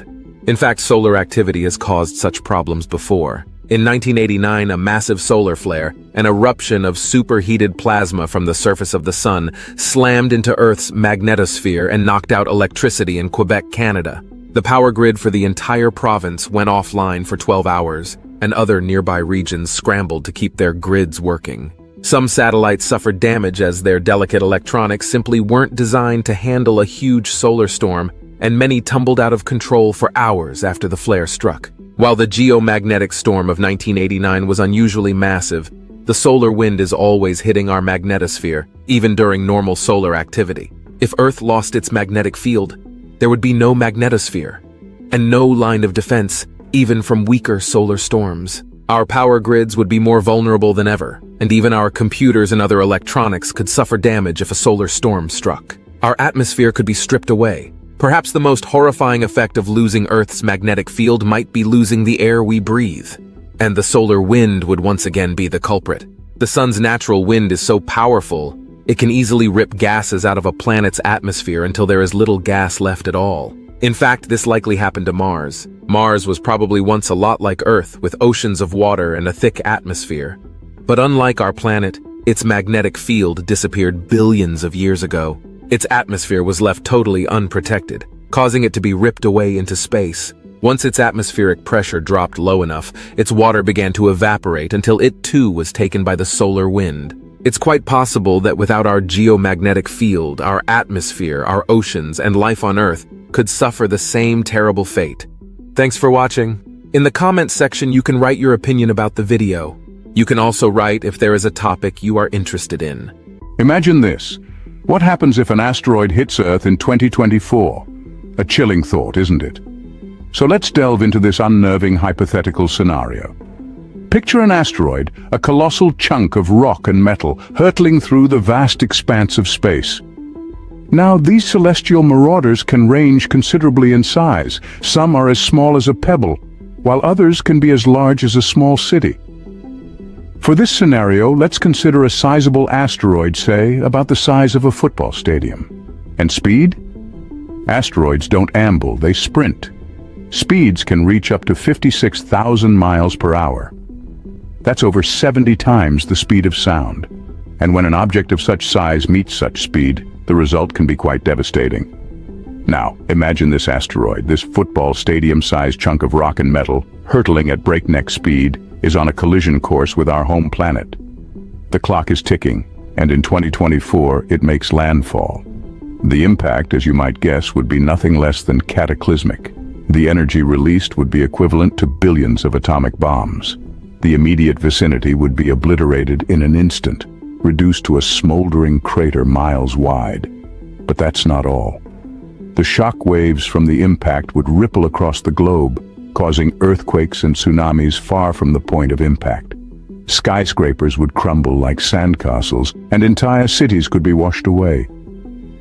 And then there's the dust. The collision would throw up an enormous cloud of dust and debris into the atmosphere, blotting out the sun for months, maybe even years. This impact winter would cause temperatures to plummet, crops to fail, and potentially lead to a mass extinction event, similar to the one that wiped out the dinosaurs.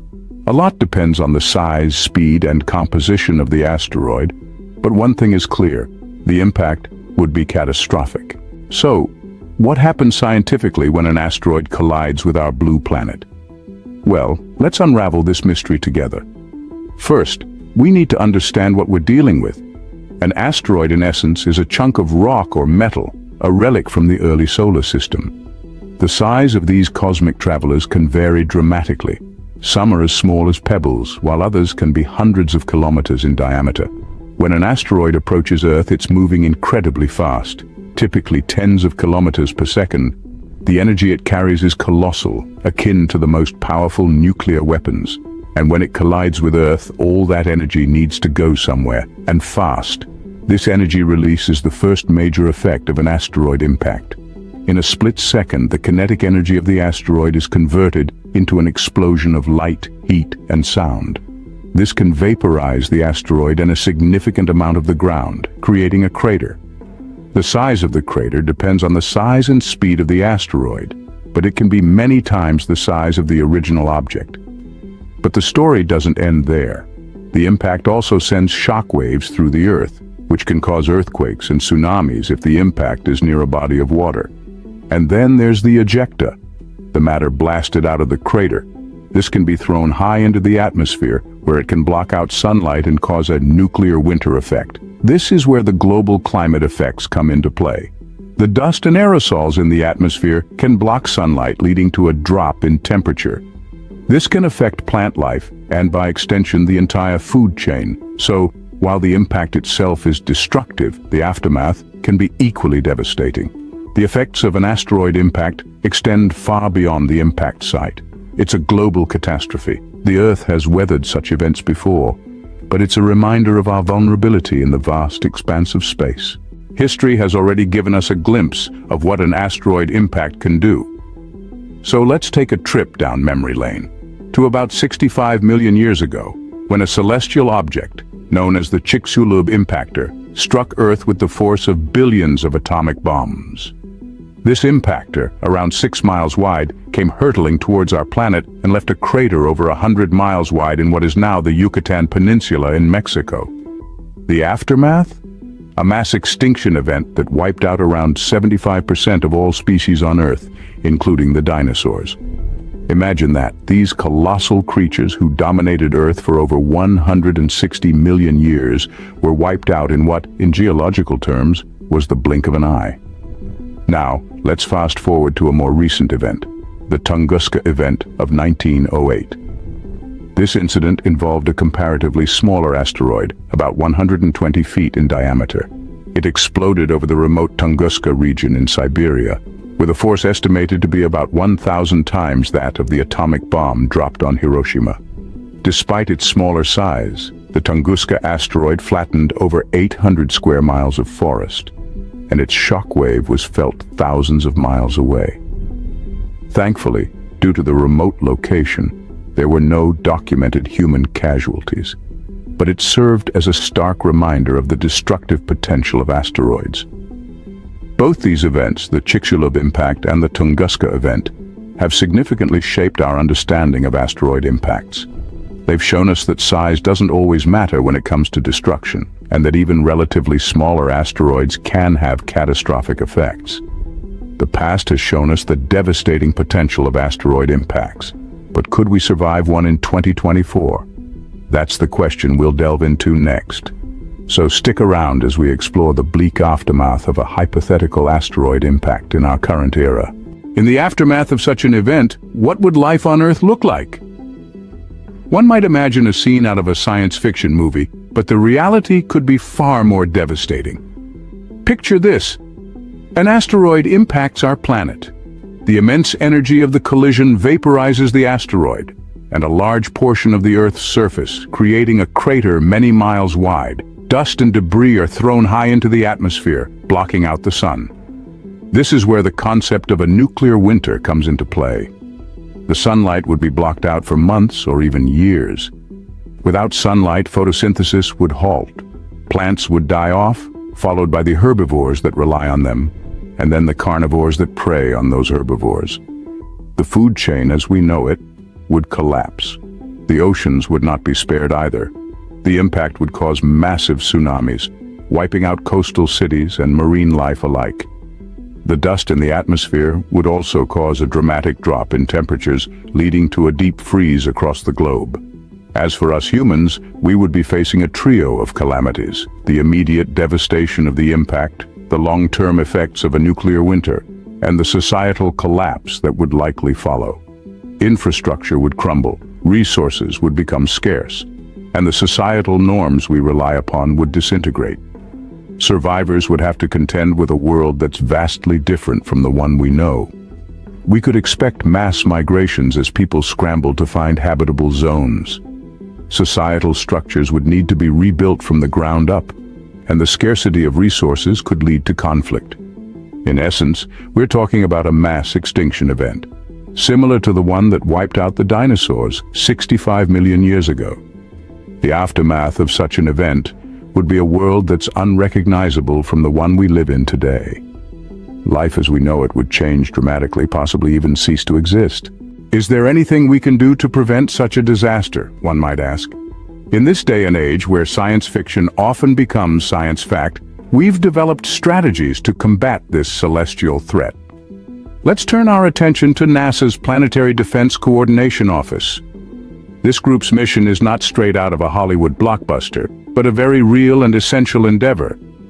They're our first line of defense, responsible for early detection of near-Earth objects, or NEOs, that could pose a risk to our planet. With a network of telescopes scanning the skies, there are watchful guardians, identifying potentially hazardous asteroids years, even decades before any possible impact.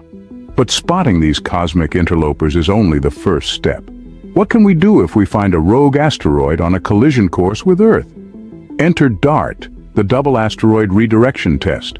This mission, currently under development, is set to demonstrate a method of asteroid deflection known as a kinetic impactor. In simpler terms, DART plans to crash a spacecraft into an asteroid at high speed, nudging it off its path. It won't be a big change, but when done far enough in advance, even a small shift in trajectory can mean the difference between an asteroid hitting Earth or harmlessly passing by. Of course, these are early days, and much remains to be explored and understood. Space is vast and full of uncertainties. But the fact that we're taking steps, that we're not sitting idle, is a testament to human ingenuity and our will to survive. While the threat of an asteroid impact is real, so too are our efforts to prevent such a catastrophe.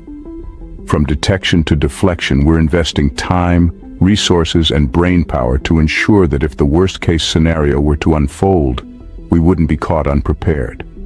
Today, we're not just dreaming of survival, we're actively working towards it.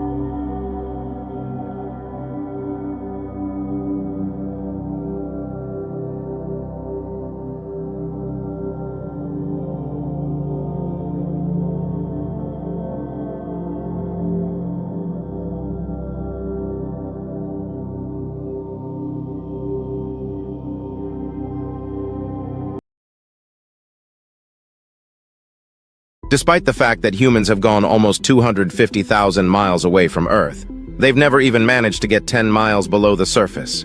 And even though it's barely another 4,000 to the Earth's core, it's a greater mystery than some of the darkest parts of space. There are several good reasons why it's ended up being easier to go into space than travel into the Earth. Even though space is considered to be quite cold, technically it doesn't have a temperature since it's a vacuum. This means that even despite its lack of temperature, heat only travels by radiation, which means that it takes more time to travel. And since space is a vacuum, there's no pressure to deal with of any kind, unless you find yourself in a black hole. But the closer you travel to the center of the Earth, the more gravity weighs upon you. This is also why deep-sea exploration is considered more difficult than space exploration. Scientists know that the Earth's core is hot, but they're still not quite sure exactly how hot or even why it's so hot. But the immense heat at our planet's core is essential for life on this planet. So what would happen if the core cooled down? Would the planet remain habitable? And is it even possible for the Earth's core to cool down? Read on to find out. What is the Earth's core? The Earth is made up of 4 basic layers: the crust, the mantle, the outer core, and the inner core. Even at its thickest point, the crust is less than 50 miles thick. The core lies at the center of the planet, roughly 1,800 miles through the mantle. But even at those immense depths, you've still only reached the outer core, which is itself almost 1,400 miles deep, according to National Geographic. And between the mantle and the outer core is a boundary that's known as the Gutenberg discontinuity. According to EOS, the outer core is a liquid rolling mass of molten metal that surrounds the solid inner core. The inner core is found 3,200 miles below the surface of the Earth and is almost 1,550 miles wide, roughly the size of the Moon. For a while, it was believed that the Earth's core was a chunk of solid iron. But seismic measurements from as early as the 1950s suggested that it might contain more than just iron. The core is actually about 10% less dense than iron and most likely also contains, in addition to other elements, nickel, silicon, and magnesium. Sulfur is also found in the core, and it's estimated that roughly 90% of the Earth's sulfur is located there. And funnily enough, the current makeup of the core is actually younger than Earth itself, having formed between roughly 500 million and 1.5 billion years ago. Why is the Earth's core hot? Although it's known that the Earth's core is incredibly hot, no one knows exactly how hot it is. And National Geographic writes that the temperatures are liable to shift based on the core elements, the Earth's rotation, and pressure. Despite this, scientists have some guesses as to how hot the Earth's core actually is. Scientists estimate that temperatures there fluctuate between almost 8,000 degrees Fahrenheit to over 10,000 degrees Fahrenheit. According to FIS, with these temperatures, the Earth's core is even hotter than the surface of the Sun, which is just about 10,000 degrees Fahrenheit. But the highest temperatures actually occur at the Bullen discontinuity, which distinguishes the inner core from the outer core. Scientific American reports that there are 3 main reasons that the Earth's core is so hot. There's the heat that comes from radioactive decay, the heat caused by differentiation, or the friction generated by heavy objects being pulled to the core, and the heat that's left over from the initial formation of the planet. But in the end, scientists are unsure exactly how hot the Earth's core is. Not only is there still debate about what exactly the core is made out of, but it's incredibly difficult to do an experiment in the lab that faithfully simulates conditions in the Earth's core. Scientists have come up with their current best estimates using lasers and high-pressure devices, but the exact melting point of iron at high pressures is still unknown. The lopsided effect. Everyone considers the Earth to be a sphere, so it stands to reason that its inner core would be similarly spherical. But in fact, the Earth itself isn't even perfectly round. According to Scientific American, the Earth more closely resembles a sphere that is squashed at its poles and swollen at the equator. The core is similarly squished, but rather than growing in a uniform fashion, the core actually grows in a lopsided way. According to the print, the Earth's core, which is already growing slowly as it cools, turns out to grow more quickly on one side than the other. In 2021, new research suggested that the inner core is losing heat faster under Indonesia than it is under Brazil, and that quicker cooling on one side would accelerate iron crystallization and inner core growth on that side. However, due to the immense gravity at the center of the Earth, the growth of the core ends up being distributed so that its radial growth remains constant at 1 millimeter per year. Ultimately, it's unknown exactly why this cooling process happens faster under Indonesia than under Brazil. But EarthSky writes that scientists believe that this process has been occurring ever since the Earth's core was formed.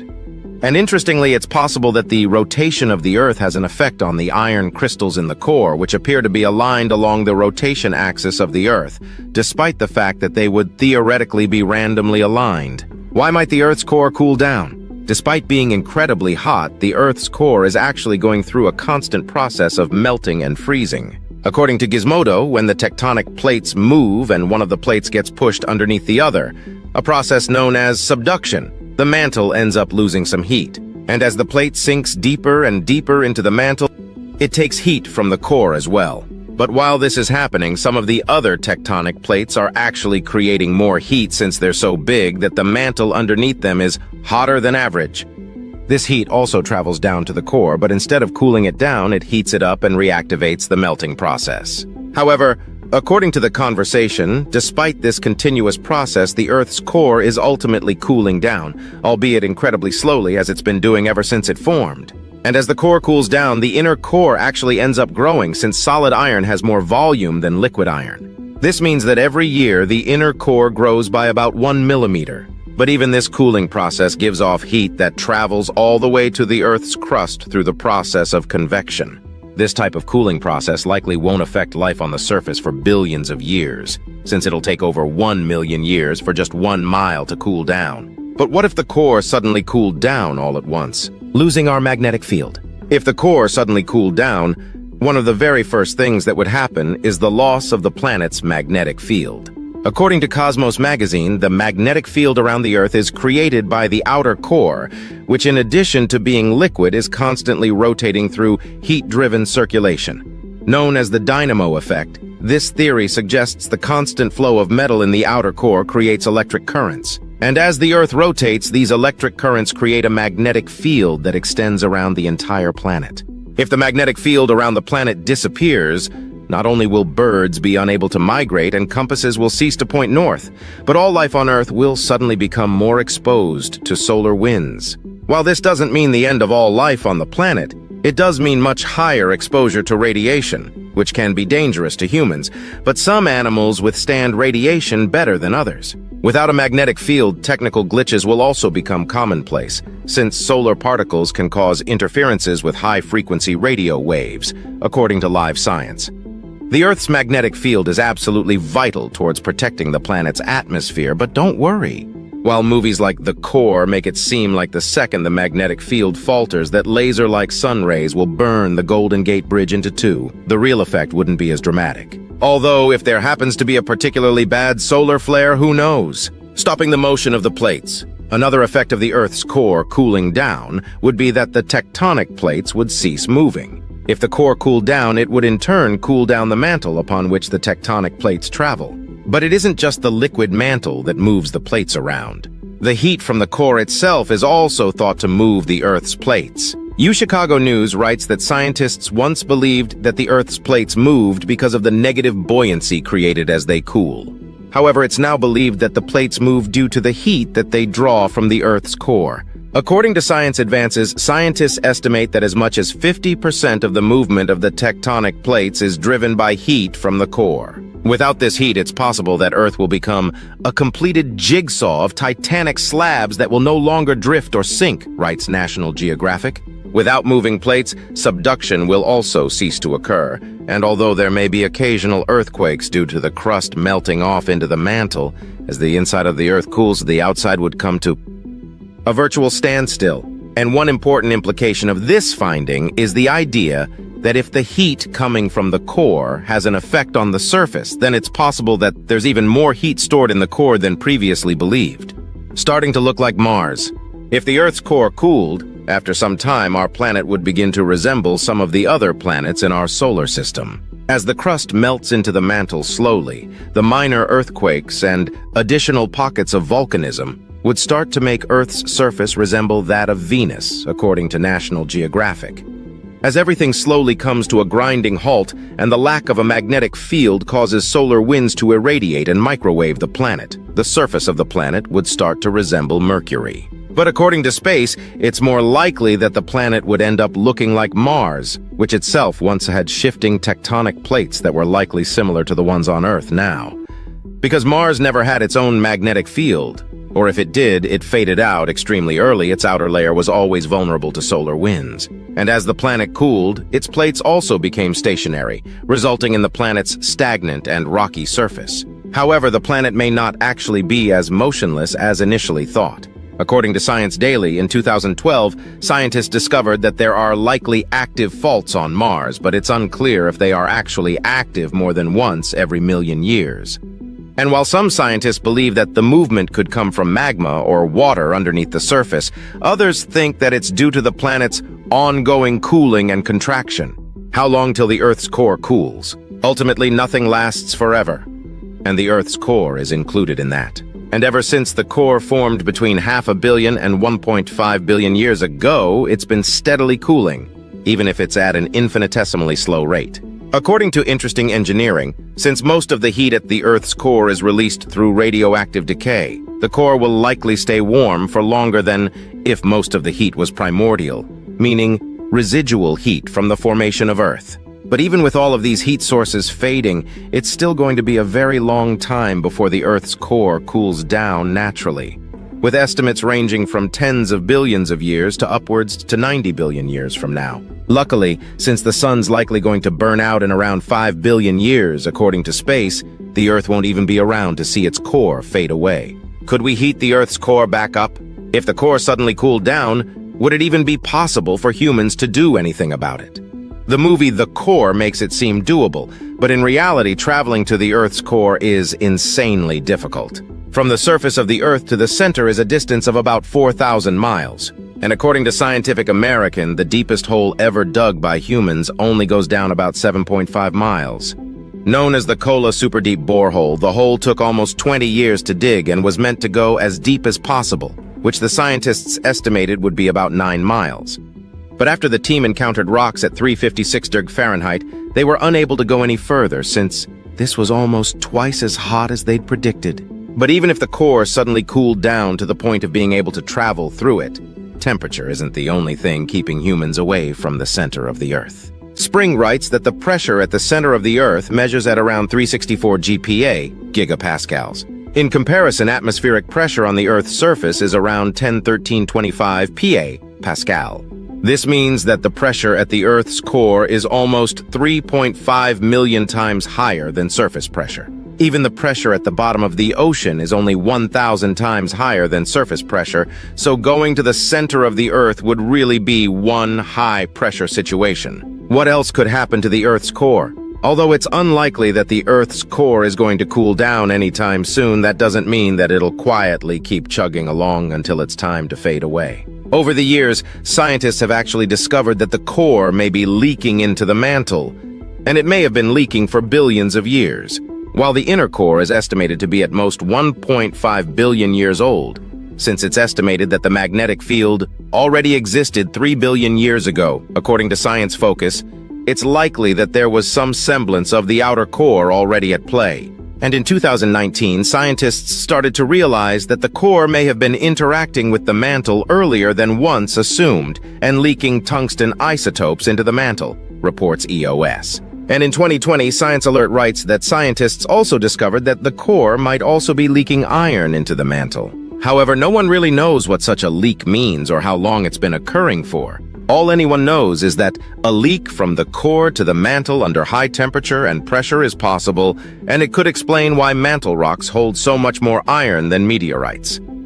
But whether or not this leak will have any negative effects in the future is unknown, and if the leak got bigger, humans probably wouldn't be able to do much about it. Thanks for watching. To stay updated on the latest discoveries, make sure to subscribe to my channel and turn on notifications.